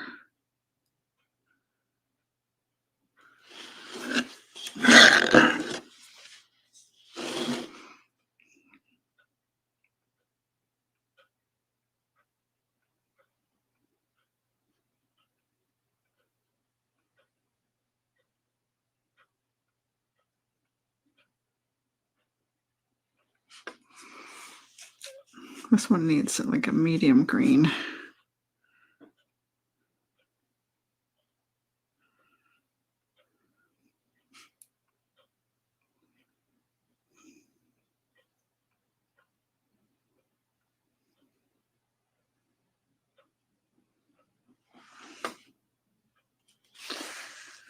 Okay. So really the last thing to do on here is the snow and the trim. Right? Where are we at? Are we showing? Can't tell.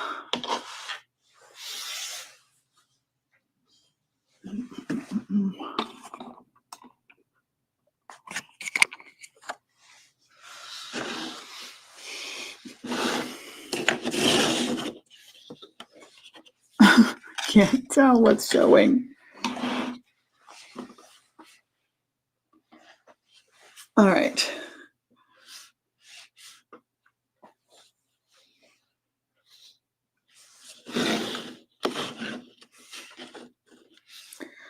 Okay, so now, oh, I missed this little bit of green right here at the top. That's funny.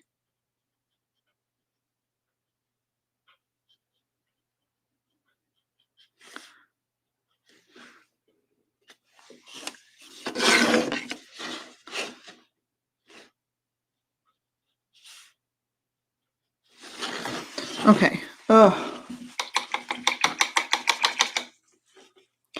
So now, and the white really is the magic part. So I've got some kind of dirty white here. I'm going to try and get that out of my way.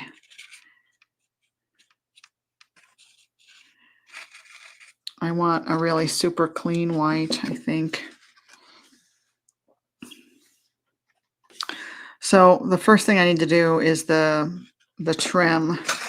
So I'm going to get this clean white and add a little bit of water to it so that it really makes a clean line easily without me having to press down hard. Because if you have to press down hard, you're going to make the line too thick.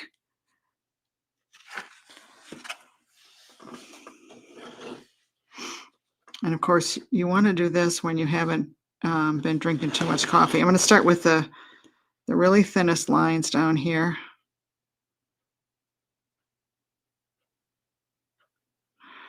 Oh boy.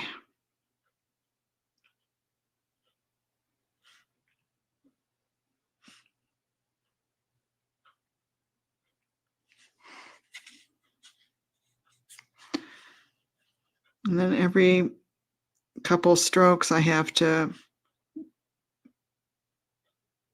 redefine the tip of my bristles.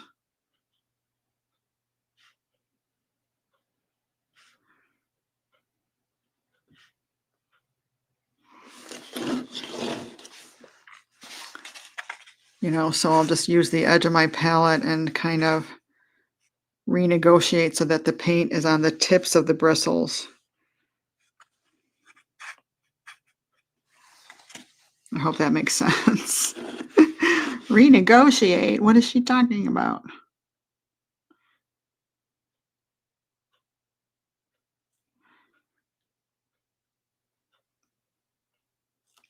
You know, when you first start doing these, it's going to feel like, oh my goodness. But just do your best.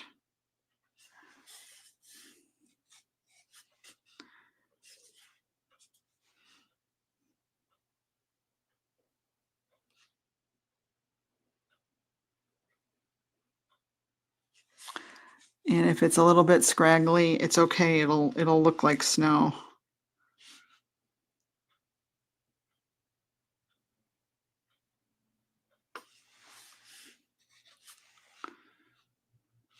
And remember, it's just an ornament.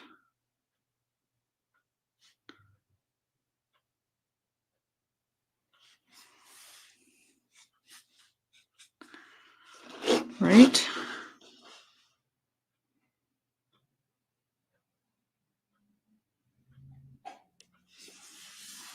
I mean, these are not perfect lines, and that is totally okay.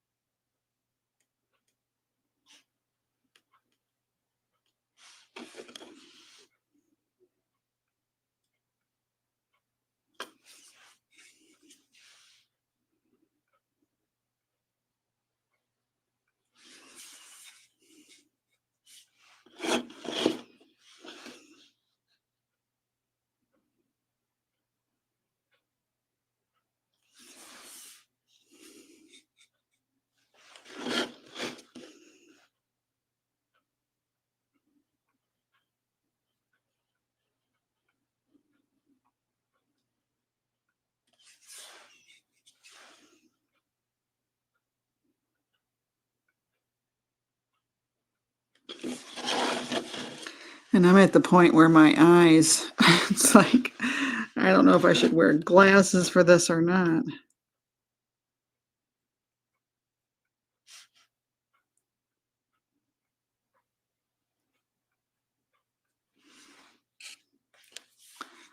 Probably do need glasses. I do have close-up glasses.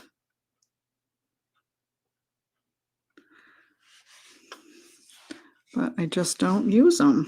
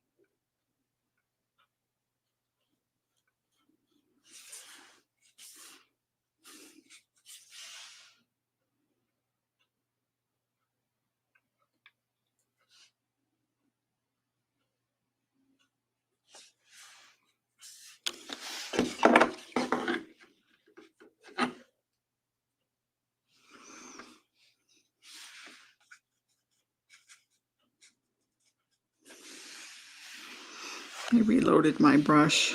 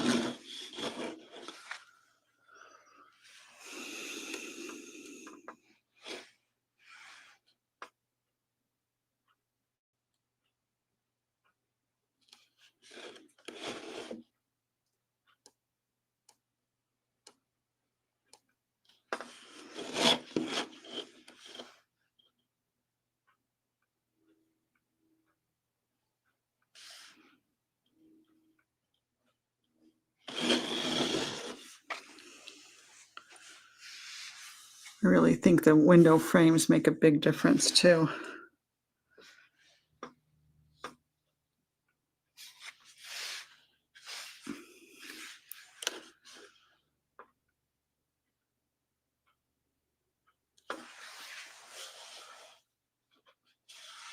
You could possibly even use a like a white paint pen too.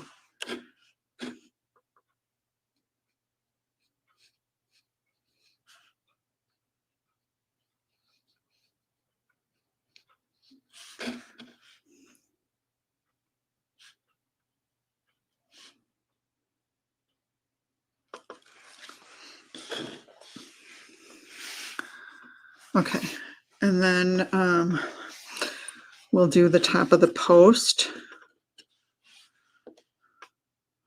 There would be snow along the top of the post, but you know, just here and there, not necessarily a solid line. I would not do a solid line.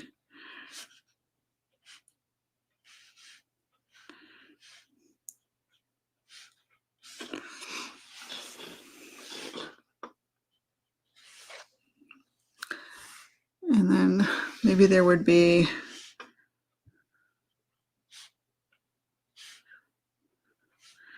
some little bits of snow on the driveway here and there.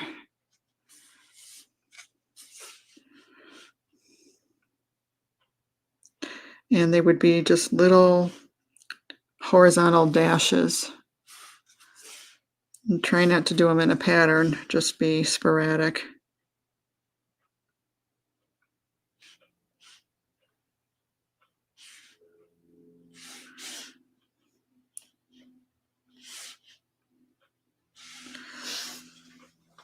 Okay, and then on the trees,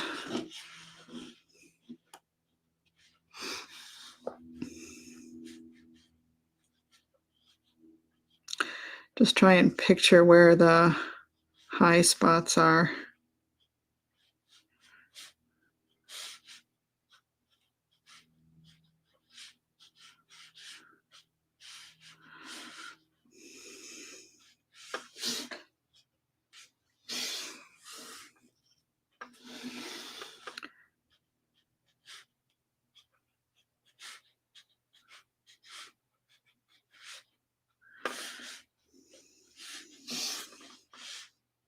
Again, we're going to have glass on there, so that's going to really make that look so cool.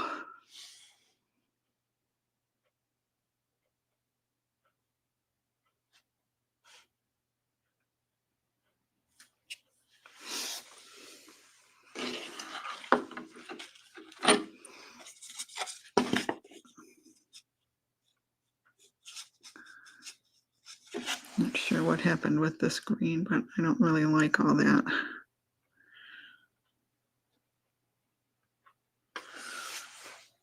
All right, what do you think? That looks pretty good, right? And then this one now. And it just all comes together, you know, that little bit of snow. It's just kind of magical. It does not have to be perfect, I promise you. Is this showing?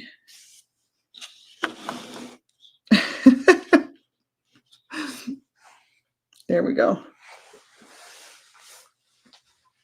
All right. You want to watch me do the last one? Now you could make it snow too. You could have dots of snow coming down. That always makes everything look great, I think.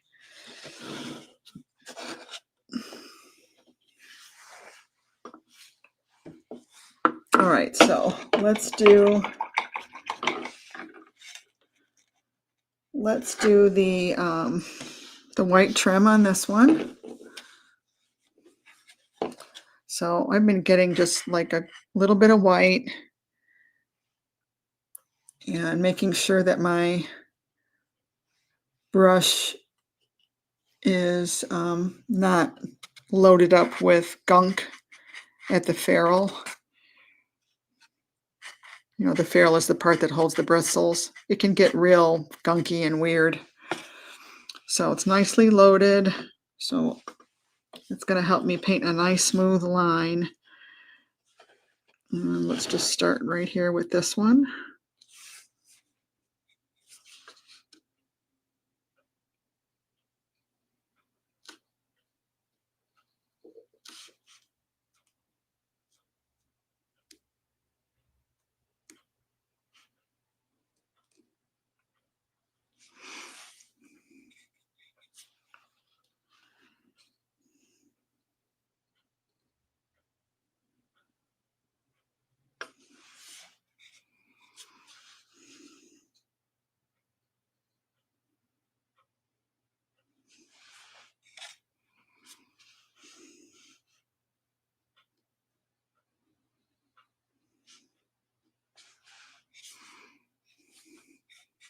I just do these nice and slow. Don't let yourself get in a rush, because you really don't want to have to go back and fix lines.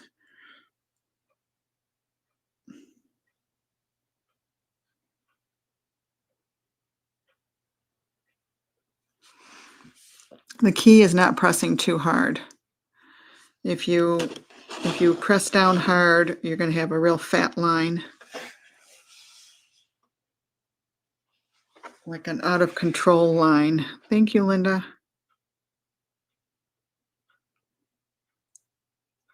Oops. See, like right there, I did press down too hard, and your point has to be nice and pointy.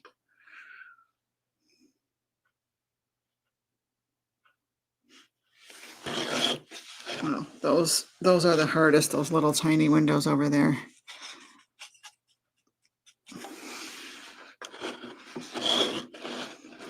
And I'm better at painting the line this way from top down. I never try to paint across. Well, rarely. I just don't have as much control.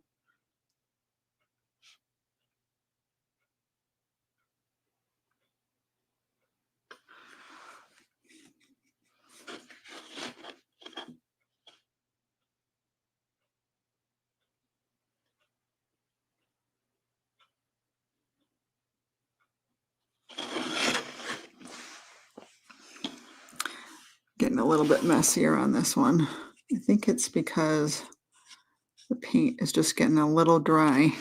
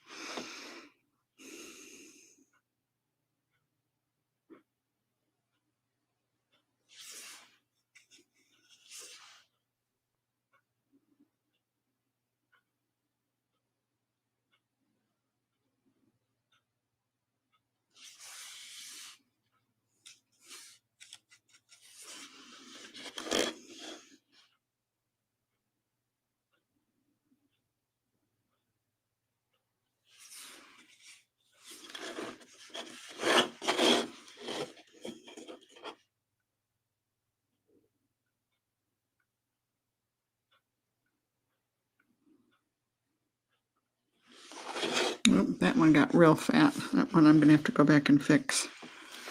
All right, so I made my paint a little thinner. That should help. Yeah, that helped.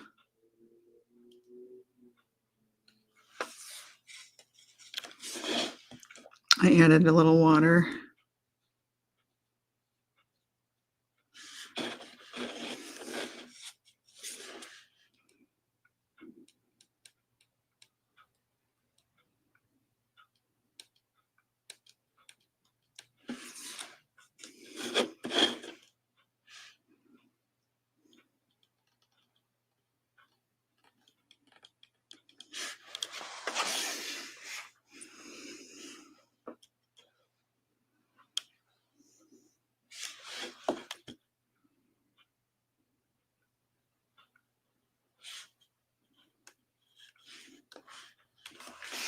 Okay, so let me clean up this one window here. I just need some more black.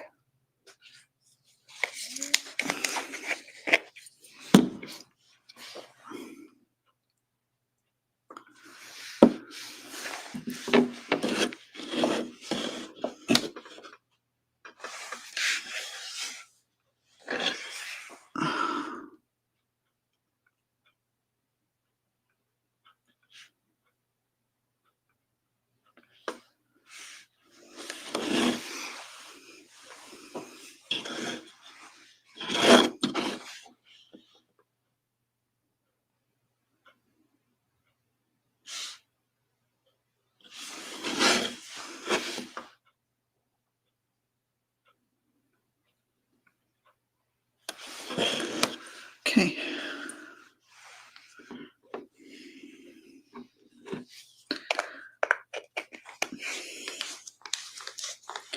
All right, I need to put my window frames in.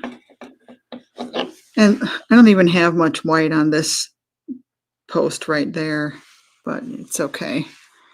All right, let's see if we can get the window panes in.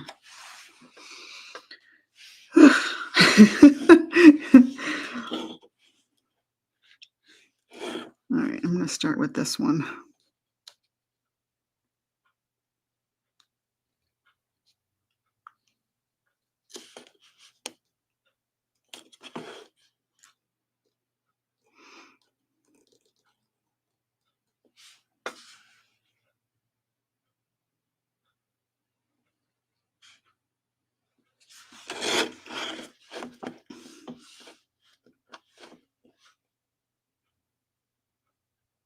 And all I'm thinking about is where's the center of this box?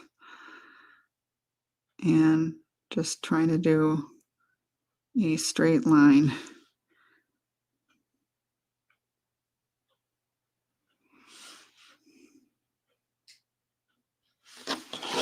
Even if it's off a little bit, it's totally fine. Okay, let's add the snow to the top of the wreath.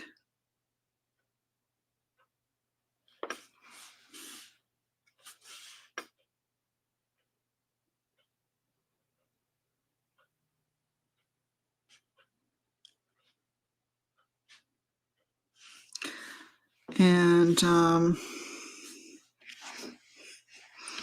you know, I suppose there could be a little bit of snow along the top of the barn doors that have been left open. Okay, and then there's going to be just a few dashes.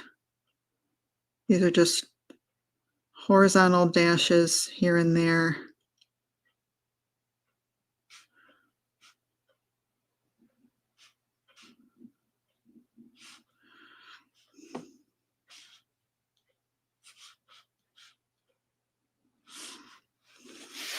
That there's some, maybe it's some ice on the ground.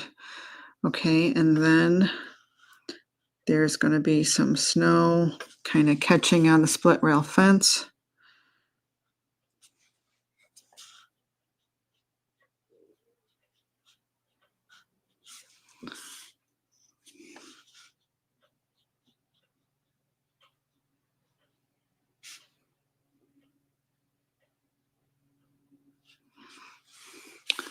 And on the top of the post.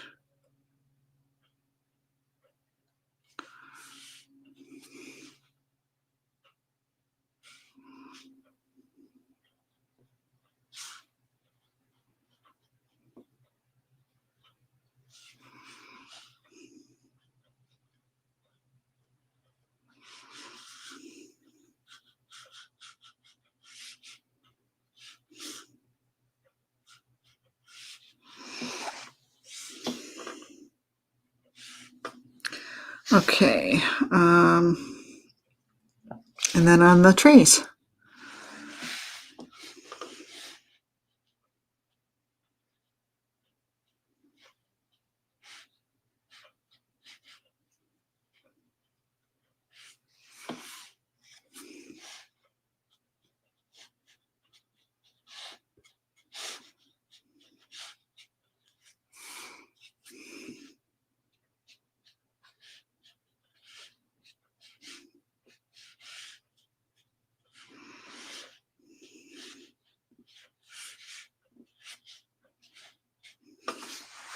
All right.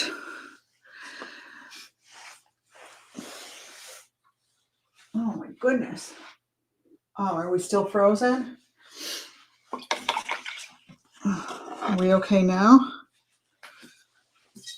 All right, so that is it. Let me put myself back on the other screen here. 1 second, hold on. I'm gonna add myself back in here. Wow, we've been going a long time. Hi. What do you think? How'd they turn out? These are the two new ones, right? This and this. And of course you could get a nail dotter, and you could, trying not to tilt them. You could put, you could make it so that the snow is falling if you wanted to. But there we go. That's the Red Barn. And if you are still watching, wow, thank you so much for hanging out with me. I hope you got something out of it. What are the measurements on those rounds, please? Seeing I might have missed it. Oh, they're 5-inch. And they are available at, let me share the link again. You can order the cutouts at this link. It's my affiliate link. I designed these, and I have, I found Mary Carlson and Mary and John Carlson of Not Just Frames, and they have just been wonderful to work with. And I've been slowly converting my files so that they can run them through their laser machine. They do a great job. And you can order from them. Use this link, notjustframes/Aggie. There's different sets. When you go look, Lynn, I think it's just called Aggie's Ornaments. And when you pull down the menu tab there, you'll see the different ones that are available. There's the Peace Dove, and then there is the Nutcrackers, and I'm going to go live and show you how to paint those as well. That'll be on another day. I will announce it on my page, and I hope you can join me then. So let's see if there's any other questions, you guys. Oh, you're welcome. Yeah, they're 5 inches around, and oh, I can't wait to embellish these. Maybe what I'll do is the next time I go live, I'll embellish these, and then I'll announce another live where we paint more. We'll paint them, and then we'll embellish them together. How's that sound? So this is a great opportunity. Let your friends know this is a free class. I don't normally do this, but because it's the holidays and I want you to be able to create these beautiful ornaments, I thought I would share the class for free. I don't know that I'm going to leave it up on my Facebook page. I'll probably leave it up on my YouTube channel. since that's monetized now. And let your friends know. Please let them know about this class. You can share the link on your own page, and that way it's an easy way for you to find it. And then your friends will see it too, you know? So Lynn says, so the only way I know if you go live is if I check the messenger page because I haven't gotten any notifications. Okay. I don't know if you need to turn your notifications on, Lynn. How do you get notifications from other people? You need to probably check your notifications for my Agnes Friedlander Studio page. That's where I announced it. And I think I announced it inside our membership too. But I don't even know if those even work anymore. It's been years since I've even done that. Usually you can go on a page that you follow and turn on notifications somewhere. Maybe Google it if I forgot. I think you just turn on notifications. Yeah, I don't have the texting thing to text people when I'm going live. And I really don't email this sort of thing either. So, but I'm glad you found us. So anyway, that's it, my friends. If you've got questions, best way to reach me, this class showed up in my Facebook feed this morning, Linda said. Okay, good. Yeah. Lynn says I will go and check. Great, great, great. If you've got questions later on, just be sure to tag me. Just start typing out Agnes Friedlander to tag me, and I will do my best to answer you. I had a lady the other day say that I never answer questions. I honestly never saw this lady's name. It's easy to not get notified of things, as we were just saying. So please be sure to tag me if you can. Just type out my name. So I'm going to type it in the comments. Tag me with any questions, because I always would love to help. I mean, you know, I don't give away too much information on my free classes because I have a paid membership. I've got people that have paid me to know the skills and the little secret things that I do on my art. And it wouldn't be fair to them to just divulge all that stuff. So if you do have, you know, if you're a glass and resin artist and you want to improve, and you need support, you should join my membership. I give a lot of one-on-one support to people when they message me, and I give group support. I'm always there to help people. I love doing that. But again, I don't necessarily do that in the free groups. Okay, then I'm just going to type out my name, Agnes Friedlander. That's how to tag me. So yeah, I wasn't crazy about this lady commenting on my business page. Yeah, but you don't answer questions. It's like, I'm so sorry. I didn't see your question. I would have answered it. And then I thought, you know what? I'm not going to get in an argument with this lady. I'm just going to delete the comment because it wasn't nice what she said. So, and ain't nobody got time for drama like that. And you know, if I've got a criticism for somebody, I don't put it publicly. I'll private message them. That's the nice thing to do. We all are building relationships. It's a small world. We should be nice to each other. It's hard enough being an artist, and we should all try to be nice to each other. So anyway, I'll get down off my soapbox now. All right, my friends, thank you so much for hanging out. I hope you have a wonderful rest of the day, and I can't wait to embellish these with you. And again, I'll announce it. I can definitely say you always answer, and I sometimes have a lot of questions. Thanks, Lynn. All right, my friends, see you soon. Bye.